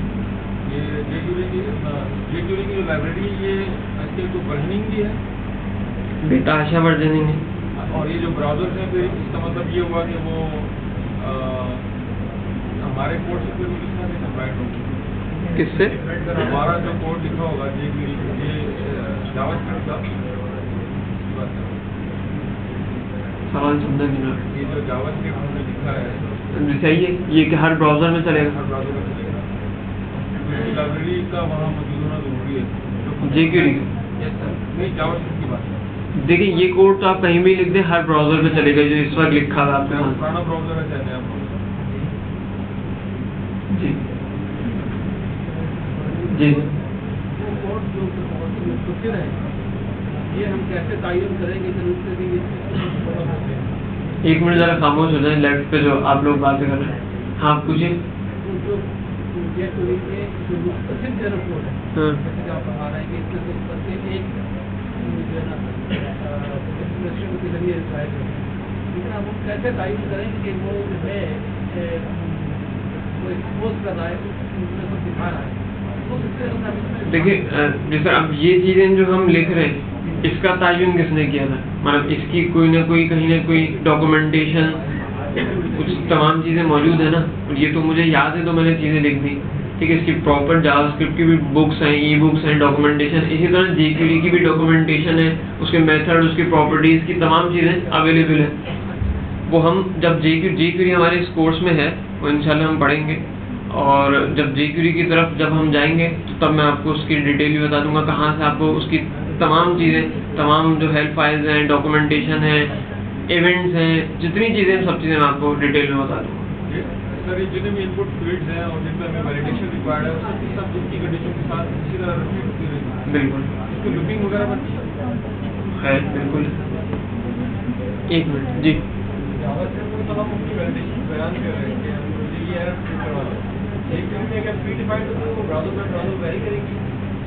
jQuery में प्रीडिफाइंड भी होते हैं, अगर आप चाहते हैं कि आपका अपना मैसेज है तो वो भी कर सकते हैं। उसके अंदर कोई लंबा प्रोसेस है? नहीं, कॉपी पेस्ट है। जी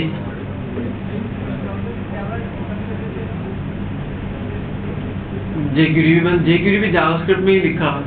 जी अलर्ट और पॉपअप जो है उसको डिसेबल करके करने के लिए क्या कहते हैं उसका कोडिंग अलर्ट और जो है डिसेबल करने के लिए कौन से तरह का जो है सिंटैक्स क्या यूज़ होता है? सिंटैक्स यूज़ नहीं होता, आप ब्राउज़र से ही बंद कर देते हैं उसे।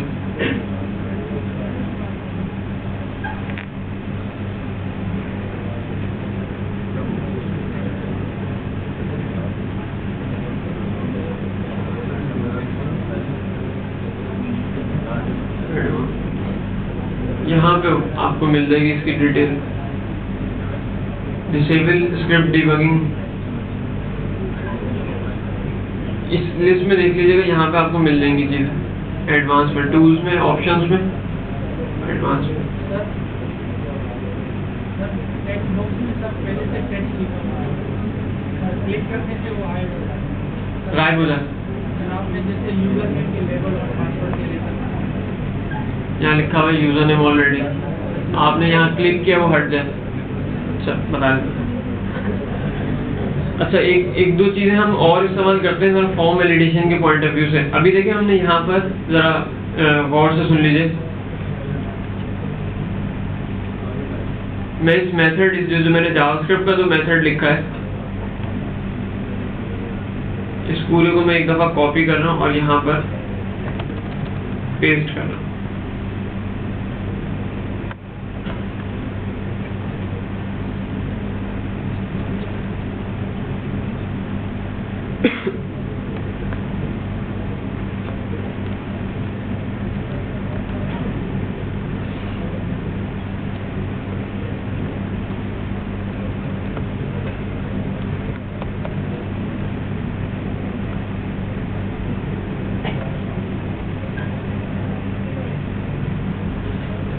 अच्छा एक चीज़ ज़रा गौर से और सुन लीजिए।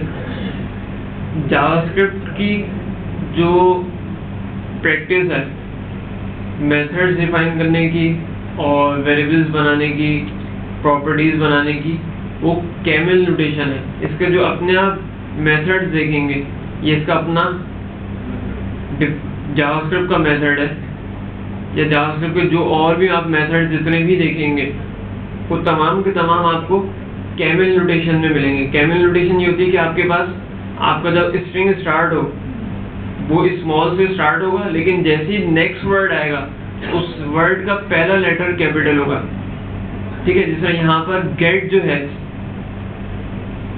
वो स्मॉल में एक अलग वर्ड है, उसके बाद एलिमेंट एक अलग वर्ड है, लेकिन ये स्टार्ट हुआ है तो इसका ई जो है इन्होंने कैपिटल कर दिया। फिर इसी तरह एलिमेंट बाय आईडी, तो बाय का फिर अगेन बी कैपिटल है और फिर आईडी का आई कैपिटल है।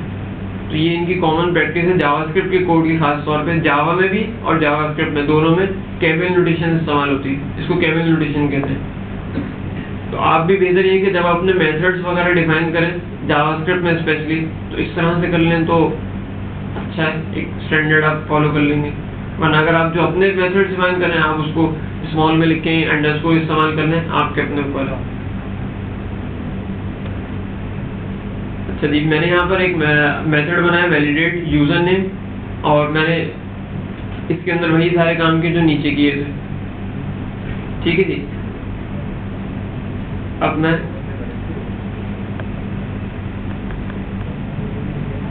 इस इनपुट फील्ड के ऊपर आके जो मैंने यहाँ पर बनाया है, ठीक है, इस इनपुट की फील्ड के अंदर मैं स्पेस देके यहाँ पे लिख रहा हूँ ऑन ब्लर।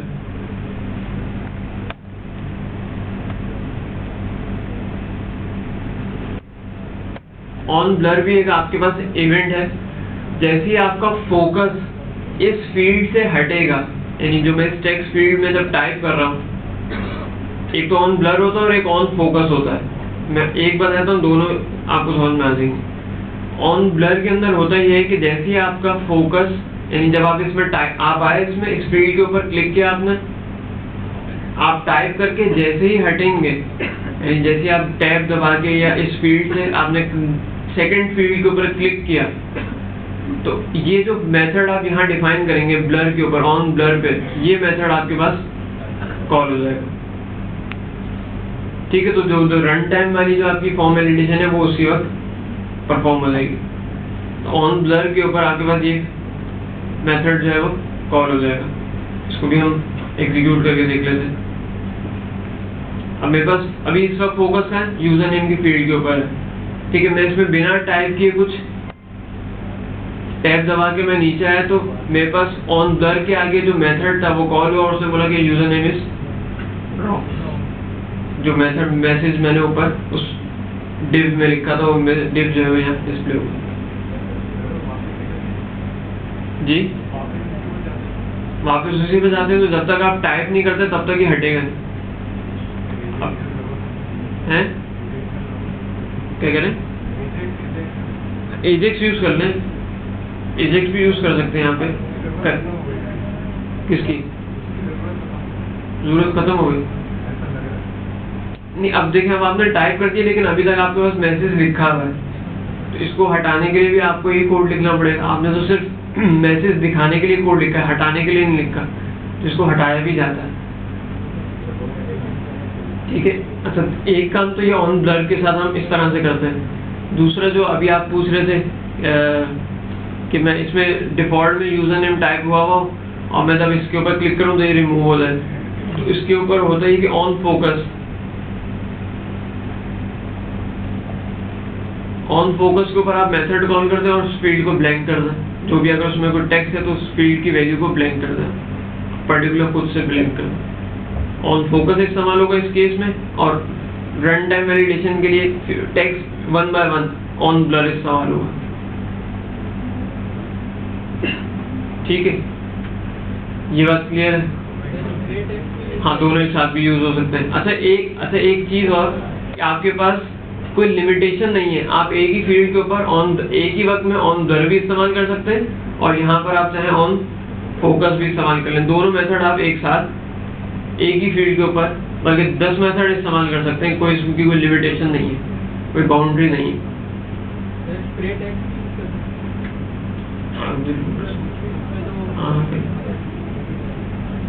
ठीक है जी, ये बात क्लियर है?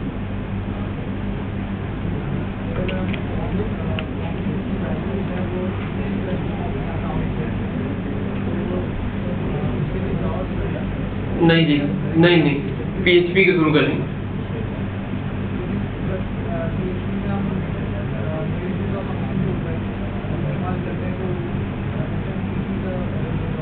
हाँ, तो वो कभी भी नहीं जाएगी जी। जी, अच्छा, हिडन फील्ड नहीं बताया। अच्छा, और अच्छा, फॉर्म के अंदर नॉर्मली, अच्छा यहाँ तक बात क्लियर है? यहाँ तक अगर किसी को कोई क्वेश्चन है तो पूछ लीजिए। ये हेड में क्यों लगता है और बॉडी में क्यों लगता है? जी, हेड जावास्क्रिप्ट जो है वो हेड में भी यूज हो रहा होता है, कभी कभी वो यूज हो रहा होता है। ठीक है, जावास्क्रिप्ट तो एक आज़ाद उम्मीदवार है, आप जहाँ मर्जी यूज़ कर लें। आज़ाद उम्मीदवार होता है ना, जहाँ मर्जी। नॉर्मली कॉमन प्रैक्टिस ये है कि हम हेड में यूज़ करते हैं और स्टैंडर्ड भी है ये। इसको इंक्लूड करा सकते हैं किसी फाइल के जरिए? हाँ, इसको हाइड कर सकते हैं? बिल्कुल स्क्रिप्ट को हाइड? नहीं, नहीं जी।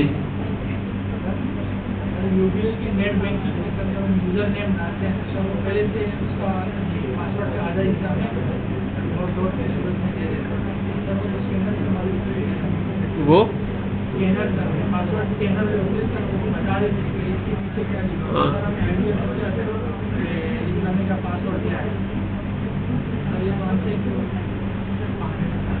ऐसे ही। नहीं, बाहर भी ऐसे ही होता है, उनके पास कोई एक्स्ट्रा मैकेनिज्म थोड़ी है। ये थर्ड रो में बातें नहीं करें, सर सैयद के जो हज़रात हैं जी।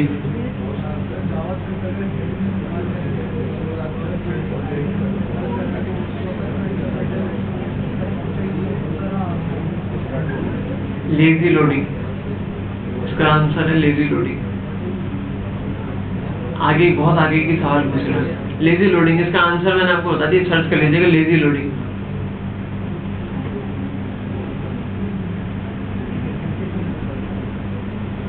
इसकी और भी बहुत सारी टेक्निक्स हैं जो आप क्वेश्चन पूछ रहे हैं, इसके और बहुत सारे तरीके हैं। नॉर्मली लोग इसमें बहुत सारे तरीके कार यूज करते हैं। नॉर्मली लोग हेड में से अपनी जावास्क्रिप्ट निकाल देते हैं या आपको कहते हैं, हाँ बॉटम में डाल देते हैं, नीचे डाल देते हैं, और भी बहुत सारे काम करते हैं। वो हाँ, वो अच्छा काम करते हैं, वो कंप्रेस वर्जन होता है।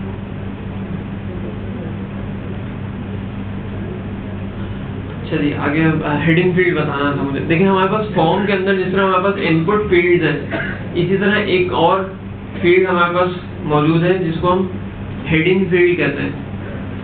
हेडिंग फील्ड का काम ये होता है कि आप नॉर्मली चाहते हैं कि कोई वैल्यूज है वो फॉर्म सब, जैसे इस फॉर्म के ऊपर दो ही वैल्यूज हैं, ठीक है, यूजर नेम में पासवर्ड है। मैं चाहता हूँ कि यहाँ पर एक हिडन में कोई और पैरामीटर या कोई और वैल्यू भी जो इस यूजर को नजर ना आए, वो वैल्यू भी भेज दूँ। तो फॉर्म के अंदर आप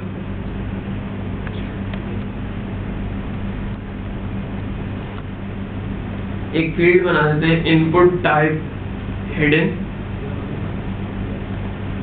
उसका नाम लेते हुए मैं कहता हूँ यूजर टाइप,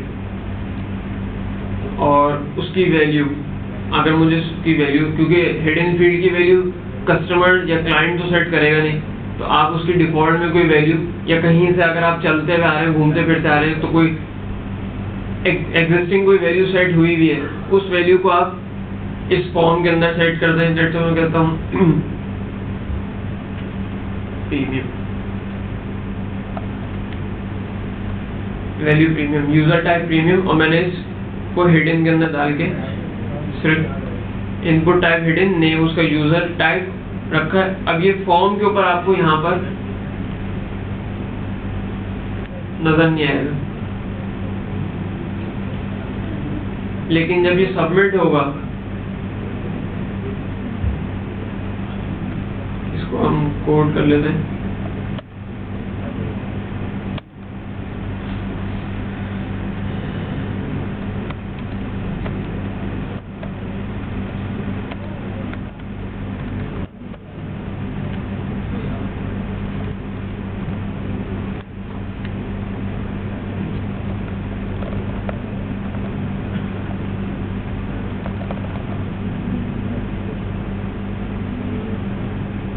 जब ये आपके पास फॉर्म सबमिट हुआ, तो जो यूजर नेम और पासवर्ड तो आपको मिल ही गए, लेकिन ये जो आपने हिडन फील्ड बनाई थी यूजर टाइप, ये भी आपको पोस्ट के साथ मिल जाएगी।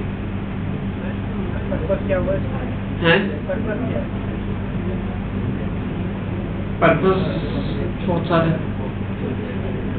यूज़ करते हैं हम, और बहुत ज़्यादा यूज़ करते हैं इसको। एक तो बता दें। कोई एक बता दें। चंद हज़ार में से, लेट सपोज फॉर एग्जाम्पल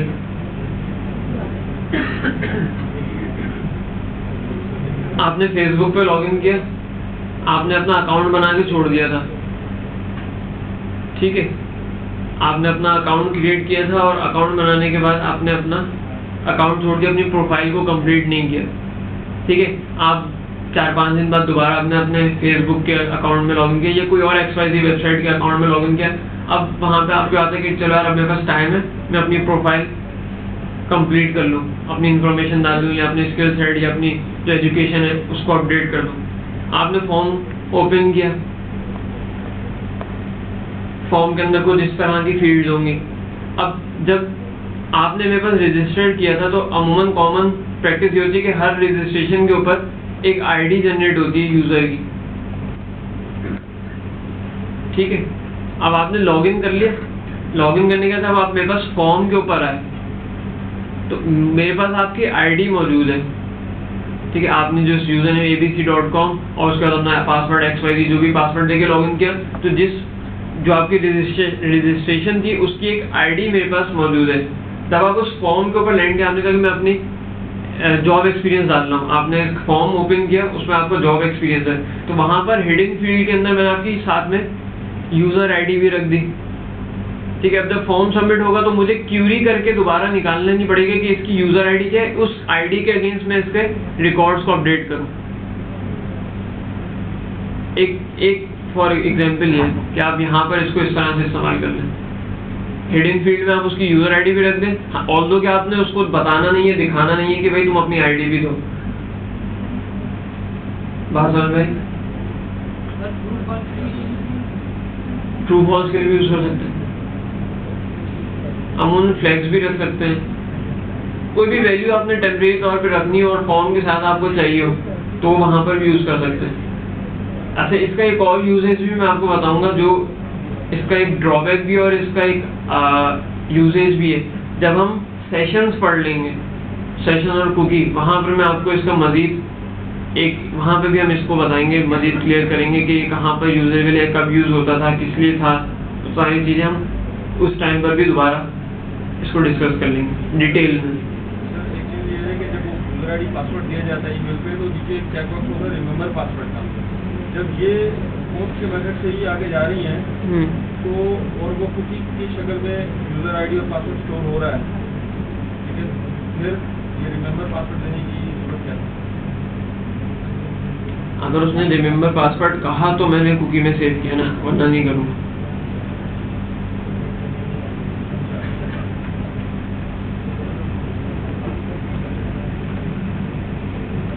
चलिए, ये बात क्लियर।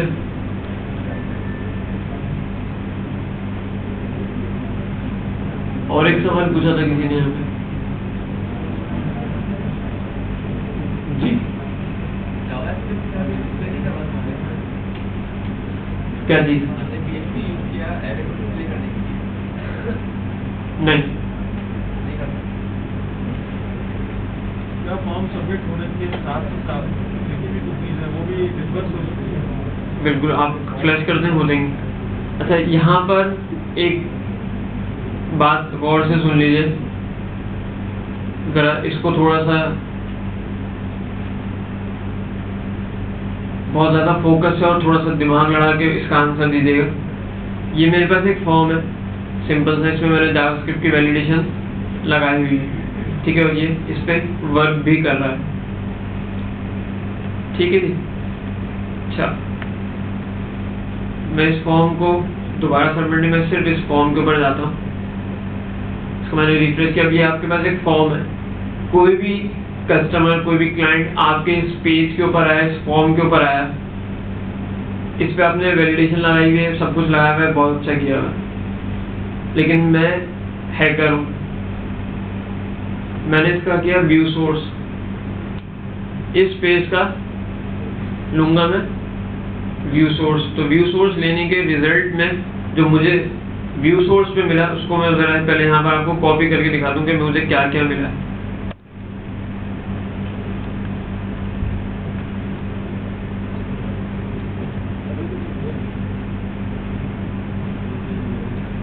क्या क्या मिल गया? जो जावास्क्रिप्ट का मैंने कोड लिखा था और जितना आपका HTML का कोड था वो तमाम का तमाम मुझे यहाँ पर मिल गया।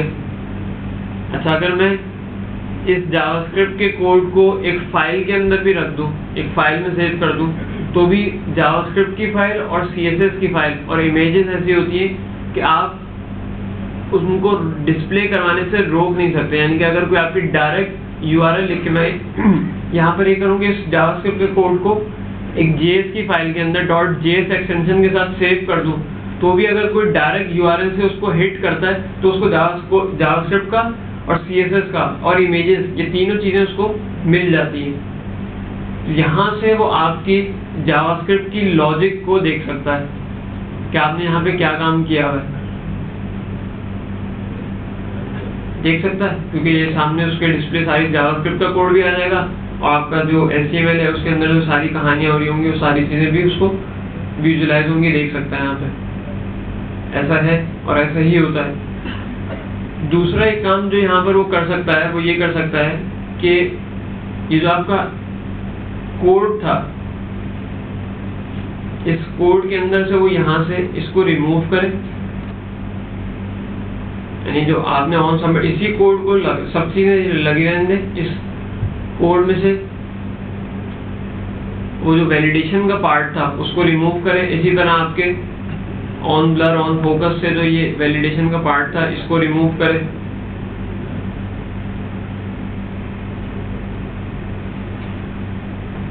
अच्छा, रिमूव हो गया सारा कोड। अब वैलिडेशन कहीं भी इसमें परफॉर्म हो रही है?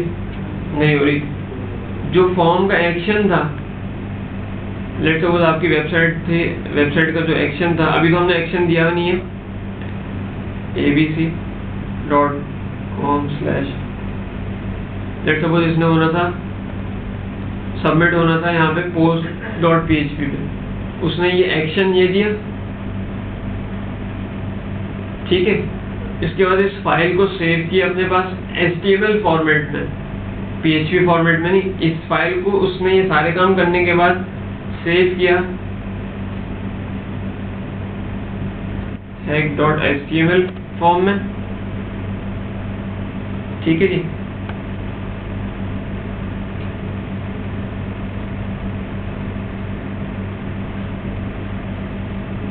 और उसके बाद इस फॉर्म को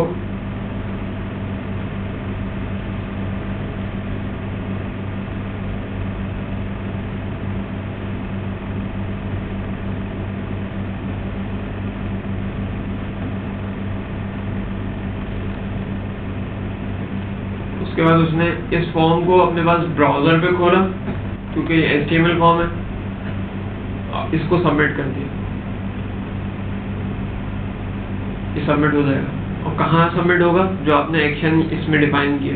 तो अब आपके पास इसमें से जितनी वैलिडेशन थी वो सारी की सारी हो गई बाईपास।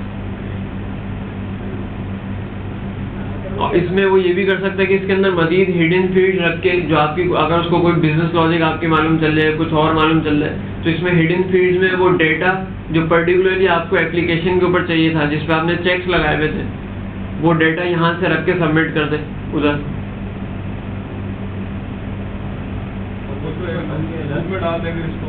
बिल्कुल, कुछ भी कर सकता है, किसी भी कंपनी का डेटा को तो सत्यानाश कर देगा। बिल्कुल कर देगा, सत्यानाश के सब कुछ कर देगा। उसको प्रोडक्ट कैसे करेंगे जी? हाँ, इस तरह नहीं करते, वो दूसरा तरीका रैपिड शेयरिंग का। वो लोग भी पुराने हो चुके, उन लोगों को एक तरीके मालूम चल के उन्होंने इसको रोक दिया, बंद कर दिया।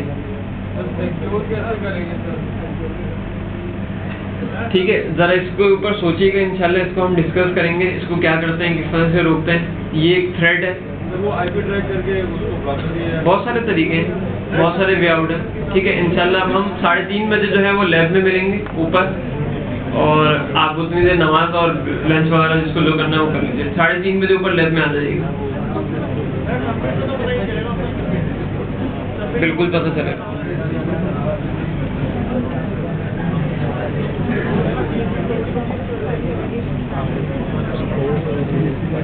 क्या करूँ?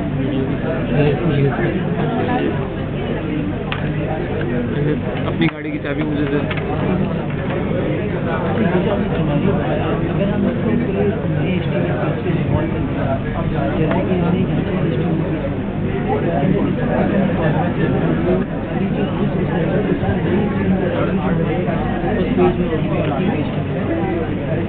एक तरीका है, लेकिन वो उसका URL उठा के डायरेक्ट उस पर भी तो जा सकता है, बेवकूफ़ थोड़ी हो।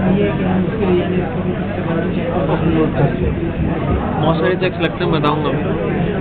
मतलब जो वो एक एरर आता है JF फोल्डर का, इमेजेस अपलोड नहीं हो रही और वहाँ पे एरर आ रहा है PHP एरे फंक्शन में आनी नहीं भैया की नेक्स्ट संडे और नेक्स्ट ट्यूसडे को कौन क्या पड़ेगा?